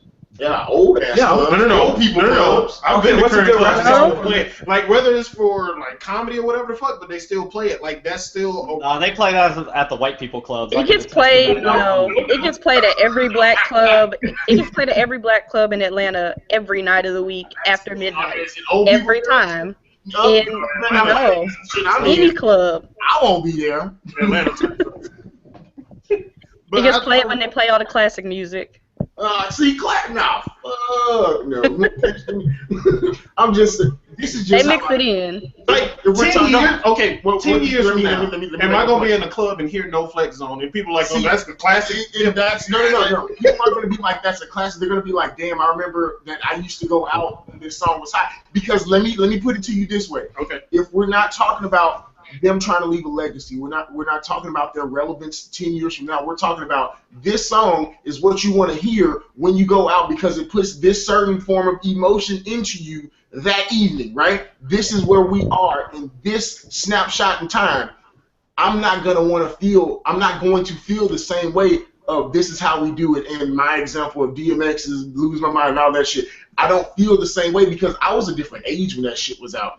I'm not gonna go out and get a DMX album and be like, damn, you know what, this shit is a classic. That's not how I roll. But that's just me personally. Yeah, because I definitely roll with the classics like that. So not for the turn up. When I turn up, when I go out, which is rare, because that's Yo, I got you turning up the Future last year though at South by. You did. And the year before. Like with us, but am I gonna go to South by this year and do the same shit? No, because I'm not gonna be there. Like I just dog. I had y'all turn it up to Bugatti, and y'all hated Bugatti. That's true. We did it for the comedy. I hate their fucking songs. It was terrible, man. I don't know, because like if we, like I said, the whole talent thing on a broad scale, you can say that coming up with a catchy hook is a talent. Then I can give them that. But then, even then, it wouldn't be the same without the production, because a lot of the production now is what makes those songs hot when you go to the turn up as you say. I agree. And it's just, I feel like looking at the artists, because these aren't artists that are producing their own stuff. So you can't even say that, you know, they have the talent to do that part. Some of them are. Some of them are. The ones we're talking about now are not. Right? Migos, Ray, right, like, so, like, looking at them, I still feel like the quality of the artist has fallen overall. I agree for the turn up. I agree. And I understand you're on a separate genre thing. Yeah, it's just a whole different. But that's just, I feel like that's making an exception for some bullshit. That's just me. It's complete bullshit, but it's not like, hey, AJ, who do you consider to be a respectable artist? I'm not going to be like, Ray Shimmer. I'm not going to know. It's kind of this kind of reminds me of the debate when trap rap came out, like when trap rap was really popular, because everybody wanted to classify it as hip hop, but it wasn't hip hop because it's like it didn't feel like it had those hip hop elements. Yeah. So people started calling it trap rap, and this feels like that exact same conversation. Yeah, but you know what?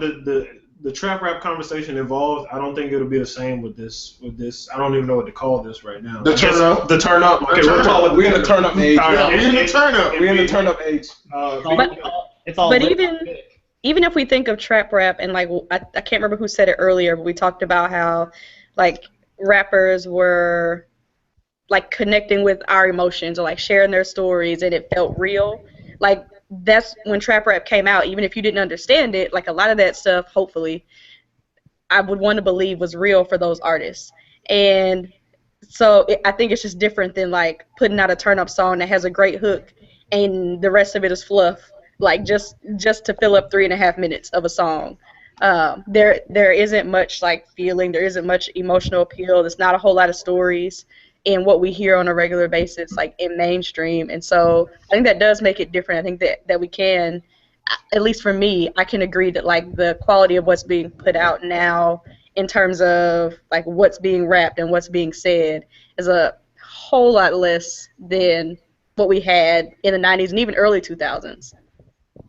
You know, I don't know. One thing I want to do is I still embrace it though. Like I still embrace like I might not like Migos, or I may not like a lot of like Gucci Mane or some shit like that, trap rap or whatever. But I do. But what I wanted to say was like, yo, like I still call it hip hop. You know what I mean? I just feel like hip hop is so diverse. It has so many layers, so many subgenres to it that, you know, I actually celebrate that. Like I like the fact that hip hop has this many layers. A lot of music genres, you can't really dig that deep in it. It doesn't, you know, you really can't tell, you know, the rappers on the East Coast sound different from rappers on the West. You can't really say that about a band, you know, that does alternative music. You can't really say, like, I love the fact that hip-hop has those kind of layers, and I think we should celebrate that. Yeah. Going off of what you said, me and AJ was at the club the other day, and we went to this country club, right, and they had played like 2 or 3 songs in a row. Every single one that we heard, the basic, you know, the bottom line, the structure was all the exact same. And then we go to the next club where it's a hip hop club. Every single song is different. And like, what's his name? Like you were saying, I think it's something to be celebrated that, you know, hip hop is the most influential music genre in the world. I think that's something to celebrate personally. Hey, we got Matt wanted to say something. Go ahead. Lost my train of thought. Was in the moment, gone. Be Will. Can't remember. Oh well. I'll say this, because Gut just tweeted us. He said, "Back that ass up" is the top party song. Ray Shrimmer, No Flexing will never hold up to the test of time. This is true. No debate. Ass Up is the greatest party song of all time. Like when you hear those cellos, yes, you just know greatness is about to happen for 3.5 minutes.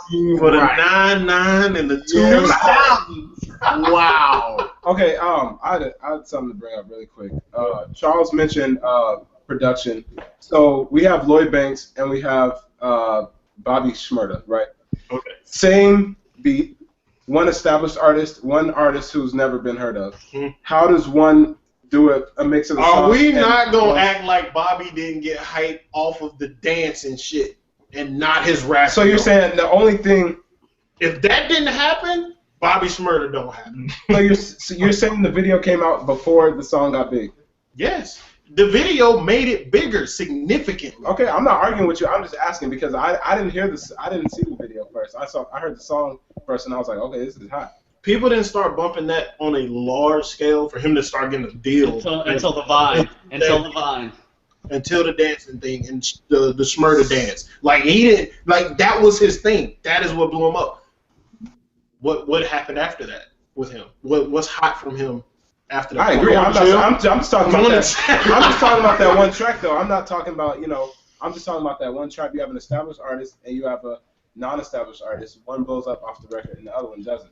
Yeah. Are you saying that he just got lucky and he made one hit? I think he went viral and he got lucky. Like that, I mean, that's just how I feel about that particular situation. Like anybody else got insight on that one? On Shmurda, I think Shmurda was, I don't know, because people from New York are different. Like people from New York support their own hip hop, so like they see a spark in Shmurda. Like, they say he has like he has better songs than that. So you said bro, I gotta interject. Okay, let me rephrase. Support. People from New York hate the fuck out of each other, yeah? Let me rephrase. Let me rephrase. People on the internet, on Twitter, love Bobby Shmurda. Then. Okay, definitely. New York is these artists, they hate each other like a motherfucker. I'll give you that's the one thing. That's the one thing I hate about up here, man. Is that all these you can go to any other region and it's very hard for our local artists to even play on the radio here, man. They gotta fight. It's hard, man. But I go to Atlanta or I go to Houston, and I hear artists I ain't never heard before. I'm like, who this? Because they support their locals in the South. Yeah. Lord, I have to stifle my words. B. Will, are you still there? I am here. I know you got something to say.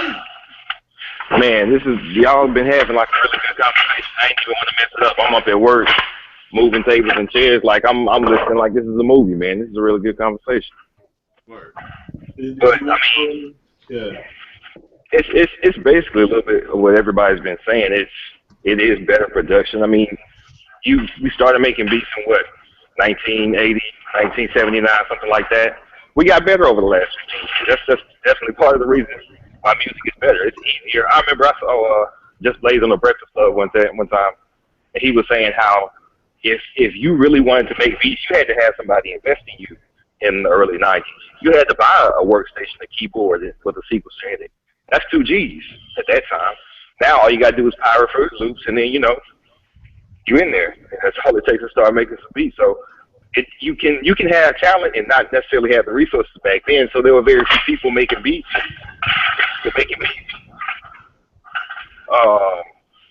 You know what I'm saying? You were gonna get on, you were gonna be hot, and that's what it was gonna be. But now everybody can make beats, so beats got better. People learn from each other, and that's a good thing. I definitely think that's a good thing. However, it's like y'all covered pretty much everything. I want to say like the whole difference between party music and and actual hip hop music now. Like there's a huge difference, and it basically is its own subcategory. And you know what started it? Snap music. Snap music was the beginning of the conversion. No. Start the whole dance. No. He said snap music. AJ said no. Let us stop. Let us stop right now because I've gone into this debacle before. Since the beginning of what we know now as hip hop, there has always been a branch between someone telling a story and someone making music for a club. That's mine. Do not even start to blame it on Snap Music because that'll get into bashing an entire region of people that have made music. Snap Music didn't start that shit. That goes all the fucking way back. And let us not. So are you trying to tell me that Snap Music and what is branched off from now is the same as what was going on back then? Because I recall the stuff that was coming out, and they still was rapping on that shit though. Like even though it was getting played in the club. Okay, the snap, let me say, I was in high school, so that'd be back 2000. Let's put it. Dancing. The snap was a dance that came out, right? That's the snap music and everything went along with that beat and shit like that, right? It's a dance that came out around 2000s. So is that when we started having structured dances for songs? Is that when it started? No, because that's not. But that's not even what he's arguing. No, that's not what he's arguing. That's not my argument. Let me clarify. Let me clarify. What happened with snap music? First of all, when we were having organized dances and things of that nature in rap and in hip hop music was not profitable on a mass level yet. It was not. Dances weren't selling because rap music wasn't selling. Rap music didn't start selling until it was the gangster rap music era. That's when rap music started selling, and major labels had a stranglehold on everything that came out. They were the gatekeepers, as I heard somebody else say already. And from that point, everything had to imitate the last thing that was really hot. Like, that's why so select few people got in. So, like I heard somebody say, everybody's imitating now, and that's a negative. So, well, I guess let me frame this with, I don't think Raekwon is right. I think there's just as many creative people. I think there's just as many garbage-ass people. You just hear more of both. Like somebody else said, was it Matt? I think he kind of balances out. So let me go back to the whole, the music portion as far as the snap music. Since music became profitable, rap music became profitable, mass media accepted, award shows, all that jazz, MTV, which was a really, really big part of rap music becoming popular. Let's not fool ourselves. And also, and I've talked about this before, white people starting to buy black music, not black music, rap music, because just black people, just on a number level, there are not enough black people to fund rap music in America. Well, so white people had to start buying if it was going to work. And that's what happened. What did they buy? They bought us. They bought the gangster rap era. That's what they bought. So I bought it because some of it related to me, you know. Like, I bought it because, like, I thought it was good. Well, I'm not saying that's not why. I'm just a large framing of history here. Right. But yeah. So from that point forward, what's big? The gangster rap era. Then it was Biggie and Pac, right? How many Biggie imitations were there? Of course, Shine, which was so disgraceful by Puff. God damn, he didn't even. It was so disrespectful. Pac too. Everybody was trying to sound like Pac for a while. Exactly. I mean, Lil Zane and Ja Rule, and so people have been imitating each other for years. It's just that you couldn't get on as quick as you can now imitating. Like now, like somebody like Joe said, you can jump on the mic and you can make the imitation record like right now. You just heard the flow yesterday and you liked it, so you're going to imitate it and you can get on because you've already got somewhat of a fan base or a following. So it's just a lot easier right now. But going back to the timeline, dancing and entertainment and just party music was not popular after hip-hop became a huge revenue-building force. That's what happened. So the next time it became extremely popular, the electric slide was for weddings. That was for family reunions. That was just black people having fun. And it's a beautiful part of it, and that's wonderful. But that wasn't selling. Snap music became just party music, just dancing, which was something that was already a part of hip-hop culture, but not on a financial level. It had not been. That's when it started. You know what the last big, huge hit was for clubs before snap music? I remember. 50 Cent in the fucking club. That shit was amazing. That's one of the tightest beats Dre ever made. I can remember. Like, y'all talk about the turn up. You know why I don't like turn up music? Because I don't go to a club. I'm 30 and married. What I'm going to a club for? Y'all have a club. I never, even when I was younger, I didn't enjoy the club scene. I enjoyed sitting down with two of my friends and three girls, and then we all just kind of vibing. So that's part of the reason turn up music doesn't appeal to me, which is why I'm so glad it's kind of got its own lane. I don't have to confuse one with the other. I don't have to think, hey, I want to sit down, let's vibe some stuff. And then Migos come on like, oh, man, what the fuck is this shit? No, that don't have to happen. We know what we want to listen to. We just want to vibe out. So, yeah, that was my point with the whole dancing and just the turn-up music has its own lane. And I'm glad because now we don't have to, somebody like Trinidad James, and this is where Trinidad James messed up. He got on, and he got hot. He actually thought he was a rapper. That was so stupid. You got 1 minute, dude. You got 1 minute to shine right now because that's how the game works right now.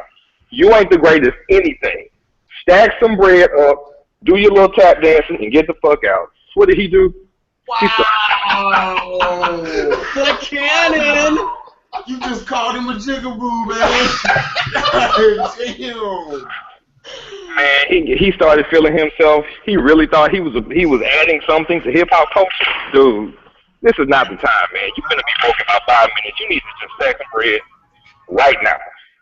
But he didn't. And now look what happened to him. He's tweeting out, "Look, I'm dead ass broke. Don't ask me for no money. Please don't ask me for no money. I'm broke." Isn't that a shame? 2 years after this dude was hot as hell, this dude said, "I'm broke as hell. Please do leave me alone." That's amazing. But that's the big end.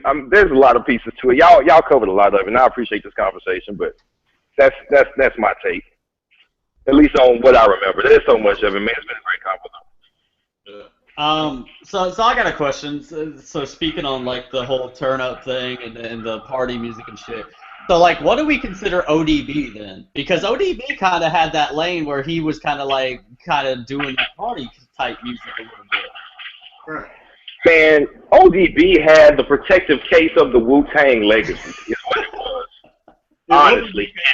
Just by himself on that wild and shit, he wouldn't have survived in that era. I don't believe that. In that era, you're right. In that time, he wouldn't have. Right. That wouldn't have worked. He worked now. Anybody have any last statements on that topic? I haven't been introduced yet. Oh, okay. Because I figured you were just gonna talk about J. Cole the whole time. No. I'm gonna allude to that, but anyway, I mean, the main thing was Raekwon asking about creativity. Is it there? I mean, we kind of mentioned the whole party, of course, storytelling against party music.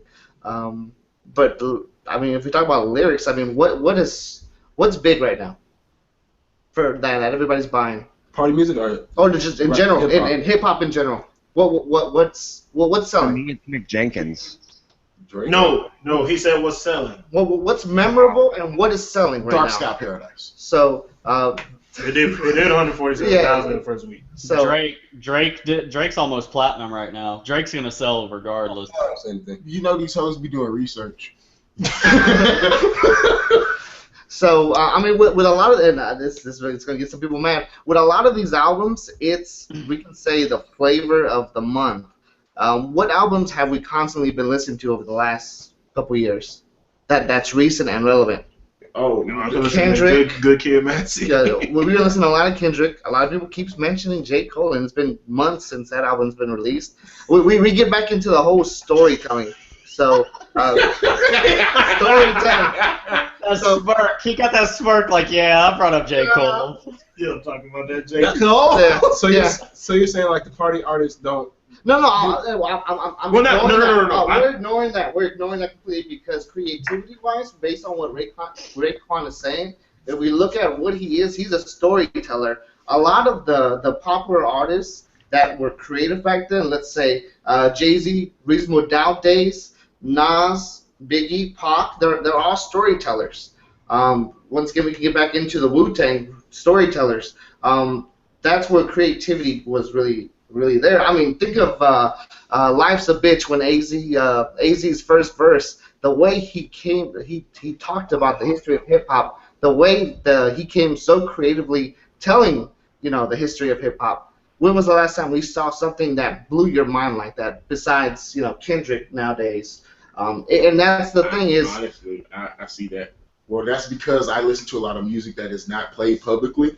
I just sincerely want to mention that Zero, the Crooked, he was one of those artists that... Zero! All of these things that you're talking about, storytelling and shit like that, if he were to have been a public rapper in those days, would have fucking murked. Just putting it out there. No, and I'm not arguing your point.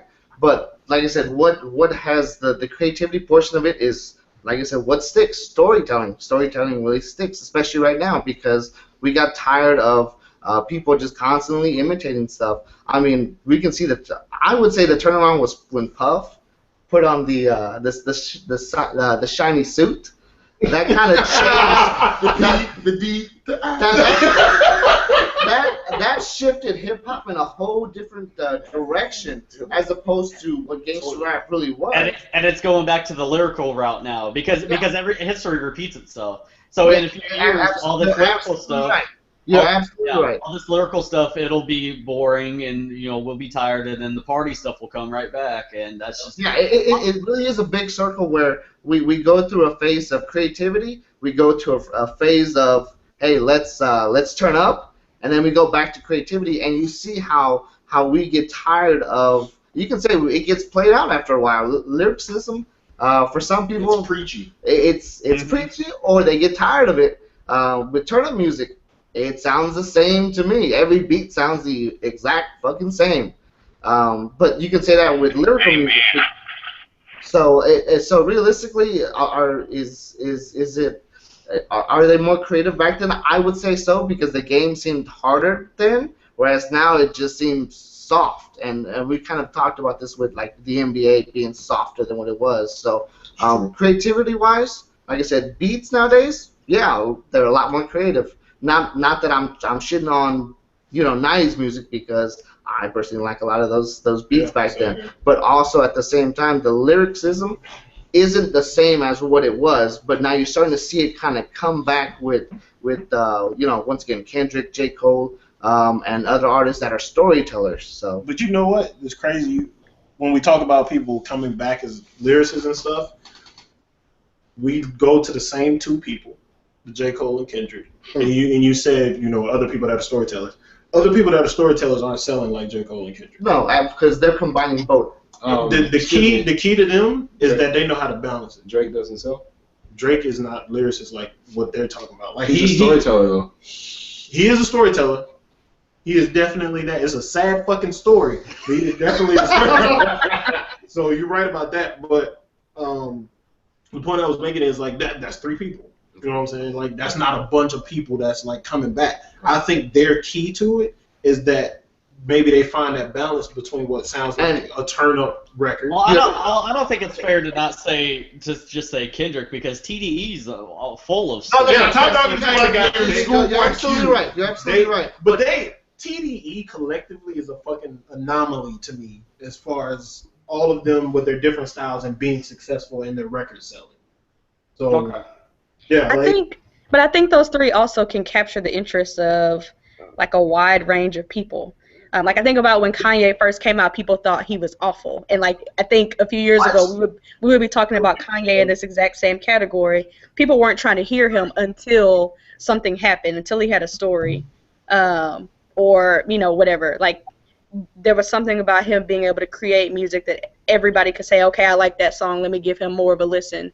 And I think that's what J. Cole and Drake and Kendrick were able to do very early on in their careers. Like before they actually had albums come out, people were listening to their mixtapes, and everybody kind of got in with something that they enjoyed, and that's something they can do very well. And that's what makes us anticipate their albums. That's why we keep talking about them, because millions of people like them. We can't say that for a lot of other people. Yeah, you really can't. Because, like I said, it goes back to storytelling. I mean, storytelling hits emotion. We talked about painting a picture. I mean, and this is for Rich. Illmatic painted one of the best pictures I've ever heard. I mean, like I said, Kendrick did it with Mad City. And like I said, you're starting to see it kind of come back around. But but you say that, but are we? That's that's the beginning. That's the thing. This is the beginning of it. These are the two who are going to be the trendsetters for it. You're absolutely right. So. It's one of those things where like, for example, some of the kids now, they grow up listening to Kendrick. They grow up listening to J. Cole. You start to see them kind of come back around. Like I said, we are at the beginning of it because, as I said, Puff fucked it up. Puff fucked it up with that suit, but like I said, it's one of those things where it's kind of hard to argue because creatively, if we talk about party music, the beats have gotten better. Oh, kind of. It's one of those things where it's also the era. I mean, people that grew up back then would always think their music is better. Sure. I just feel bad for the people that got to grow up listening to like Migos and them. That's the start for them. Like I don't. Yo, we can't really say that though because we had Jaquan and we had Murphy Lee and like we had shit like that and like And we were was listening laughing to at that shit though. No. When TNT dropped, you wasn't bumping it? Dog. No. Yo, DJ Unk. We were listening to DJ Unk. Jaquan was a one-hit wonder, and I feel like these other guys are one-hit wonders that have outworn their welcome. But yo, we were listening to DJ Unk too, and we were listening to Franchise Boys and D4L and Shawty Love. You was listening to this shit. I'm gonna listen to this shit. Yeah, but you're old as shit. Man, I grew up on Mob Deep. I grew up on Mob, Woo. Yeah, I don't care. Like I've lived through it all, so I don't come from the super old school. Now I'm young. I'm like 20. I'm 20. I just turned 29, so it's not like I'm like You wouldn't even go to school together. Y'all can't be on talking about the shit I'm talking about. Hold on. My question is, how can people? This is how AJ feels. I cannot have an opinion of a matter if I have not experienced it or delved in, gotten into the shit myself. So my question is, how is it that you feel as though like party music? This is to you. How do you feel that party music is better then, and the beats have gotten better and shit then, when y'all don't even fucking go out and you don't experience the shit? So with party music, the way I see party music is it's the flavor of the month, realistically. Because so for example, Ja Rule sadly used to be big. And think of it this way: how many people mention that they listen to Ja Rule, or happily admit that they listen to Ja Rule? I got about 6. I wouldn't classify Ja Rule as a party artist though. I classify him. But he was there. You hear that shit at the club though. Now? No, not now. No. So once again, we get to the point of storytelling will last. Party music is the era because, as we mentioned, there's a lot of party music where if you were there, if you were part of that time, it was hot. But you see it progress. You see it kind of change based on repetition. You ain't so Ja Rule is the Murphy Lee of the 90s? You're not saying. Basically, I think what he's saying is when you talk about like classic albums and stuff and timeless records, none of them are party albums for real. I accept that. I think that's what he was trying to say. I accept that. Who Let the Dogs Out is still bumping, man. Get the fuck out of here. You alone on that one, bro. Hey, so real quickly, also party music. No one's mentioned the thong song, and I bet a lot of us bumped it. But that's a rare, 99, timeless, because that thong song. That was back that ass up era. Yeah, that was back that ass up. The thong song is embedded in American culture, man. Like everybody was rocking that shit. Yeah. I hated that song. Because you on the other side. That's probably why. Maybe. I understand why you hate that. But she don't hate back that ass stuff though. Oh, I absolutely do not. That's not at all. It's more of a command than what you wear.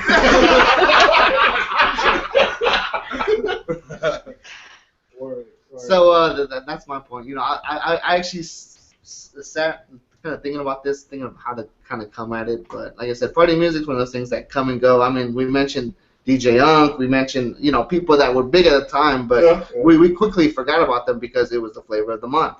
So I do need to mention though, there are about 5 Ja Rule tracks that if they start playing, you will start singing along. I'm gonna be honest with you, no, sir, not for me. I agree. There are about 5 or 6 Ja Rule tracks that when you hear them, you're like, oh shit. Yeah, this was my moving around. Exactly. Yeah. I never fucked with Ja Rule. That's probably. Thank you. Okay, we hear you, 50 Cent. Yeah, I was just about to say thank you, 50 Cent. Thank you for coming. Thank you for saving him. Hey, that's a different subject. 50 Cent is not that. Anyway. Yeah. Oh, I agree. 50 I respect 50. I respect his grind, but for when people be like, "Oh, he's a career ender," No. His career, I get mad. He ended Ja Rule's career. I will give him that. But when people be like, "Oh, anybody that goes up against 50 Cent is done. Your career is done." No, stop. No, 50 Cent. Look, he had the talent for popping up when people's careers were over. So he popped up. Ja Rule wasn't doing shit. So 50 Cent tried to diss Nas, and Nas dissed him, and I'm not even sure 50 caught that. I still don't think he caught that. I didn't know that happened. Untitled, the first album, or the first track of Untitled? Oh, I didn't even pay attention. Oh, But he have dirty to listen shit. to that. So. Trying to start shit. I know, trying to start shit. 2015. But any final statements on that topic? I'm done. Everybody good? All right, cool. These Yep. hoes doing research. All right, so yeah, that was a great discussion. That was absolutely fantastic. But that was the last topic for the show, so we can get final statements for everybody before we close out. We'll start out with Killa Kal. Hey, Domi. Yo, man, I just want to say thank you for, inviting me on the show. This is a real good, healthy discussion on hip hop. Definitely enjoyed it.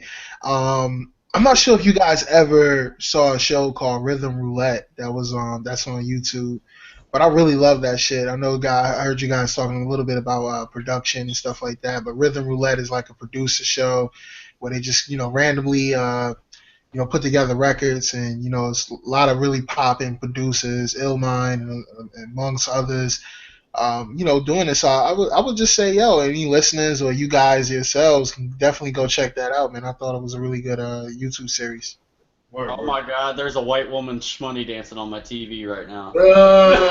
Cover your eyes. Oh, God, that was awful. All right, final statement, B. Will. Man, dope ass show. I enjoyed so many different opinions, man. So many different voices I haven't heard before. I look forward to hearing all y'all again. I'm gonna actually try to remember some of my words next time, and as y'all was going through all the arguments, I was like, oh yeah, shit. Oh no, I'll wait. But it's cool, man. I just really enjoyed. Looking forward to the next one. Word. Dom. As always, check out Tyke T. Drivenbymusic.net, shameless plug. And I also actually think this might be the best set of discussions that we've had so far. This is really, really good. I feel like it could have gone on forever, but I'm old and washed, and so it's my bedtime, way past bedtime. But I'm glad I was able to make it, and I'm glad we made this big-ass panel work as well. Yeah, it actually operated much better than I was seeing all these people. I'm like, whoa, and it worked pretty damn well. Yeah. I think we had sensible people on here that can let everybody talk. Yeah. Joe, I know what you want to say, but that's all right. The cannon. All right, Joe, last word. Dada's 1996 project. It's at dada.co/music. Make sure you check that out. It's a really good project, so do that. Happy 3-6 Mafia Day. Also, I was tweeting a little bit earlier because I was listening to Sippin' on the Surf, and I cannot wait to put like my nieces and my nephew and like other kids that I really, really care about onto the greatness of Chad Butler and Bun B. Like, I cannot wait to like teach them about the greatness of UGK. Word to that. Matt Dean. Yeah, that was the longest last topic ever. It was great. Ever. Like, the rest of the show was kind of like bam, bam, bam, bam, bam, and then we spent an hour and a half on this. Hey, that's how it goes. I'm glad I saved that for the end, because after that conversation, everything else would have been like a waste. Ooh. That just spawned into like 10 different sub-conversations too, though. Yeah, true that. Is that your last statement? You bashing the group right now. His last statement is taking shots at us right now. I guess that's really it. He's just going to go to sleep. All right, Richard Bailey. Oh, yes. It was a pleasure once again. And I'm pretty sure that they're thinking, oh, so this guy going to sleep now. This is way past his bedtime. But actually, I'm going to get turned up because I got a couple of games I got to review. So, I'm sorry, did you just say that you're about to get turned up? Rich just said he's about to get turned up. I think Rich is in 2015 now. Yeah, there you go. Oh, yeah, that was going to be my last word. All right, Trav. I just want to appreciate y'all for having me. Y'all do this every Friday?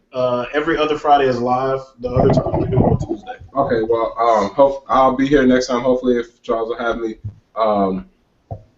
That's all I really have to say. Me and AJ about to go turn up, so some Ray Shrimmer. All right, AJ. Once again, I'm actually able to be here because I'm just glad to be a part of something. Hopefully, I'll be here next time if you guys will have me. I just want to also request that people that can hear me now go out and listen to Controversy Sells, which is Comedian Aaron Powwow, and Get Your Mind Correct, which is also Comedian Aaron Powwow, so that we can have like kind of You where I'm coming you from. want to talk about that album? No. I don't want to talk. I don't even want to talk about it. But I want you to fully comprehend this in my when I had my car, and this is what I would listen to years solid. And I shit you not, it developed me into my opinions of how music is viewed in my eyes. You trying to say we need to get on your level, AJ? Yes. All right, cool. We'll listen to it, Luis. I want you to listen to J. Cole because this is how I got. I'm kind of glad he said that because we kind of I'm kind of portrayed as a J. Cole fan. Don't get me wrong, I like the guy, but if you're around me a lot, one thing I'll actually play a lot is no, not even that. What I tend to play a lot is the '90s East Coast mafioso, that kind of genre. So what I'm gonna be listening when I go home is Illmatic. It was written. Mobb Deep, no. I'm gonna listen to some Mobb Deep, of course, AZ as always, Raekwon. So if you haven't listened to any of these albums, what the hell is wrong with you? That is sad. True. I didn't miss anybody this time, dude. No? All right, cool. I just want to say thank y'all for coming and being on the show. I was also a little worried that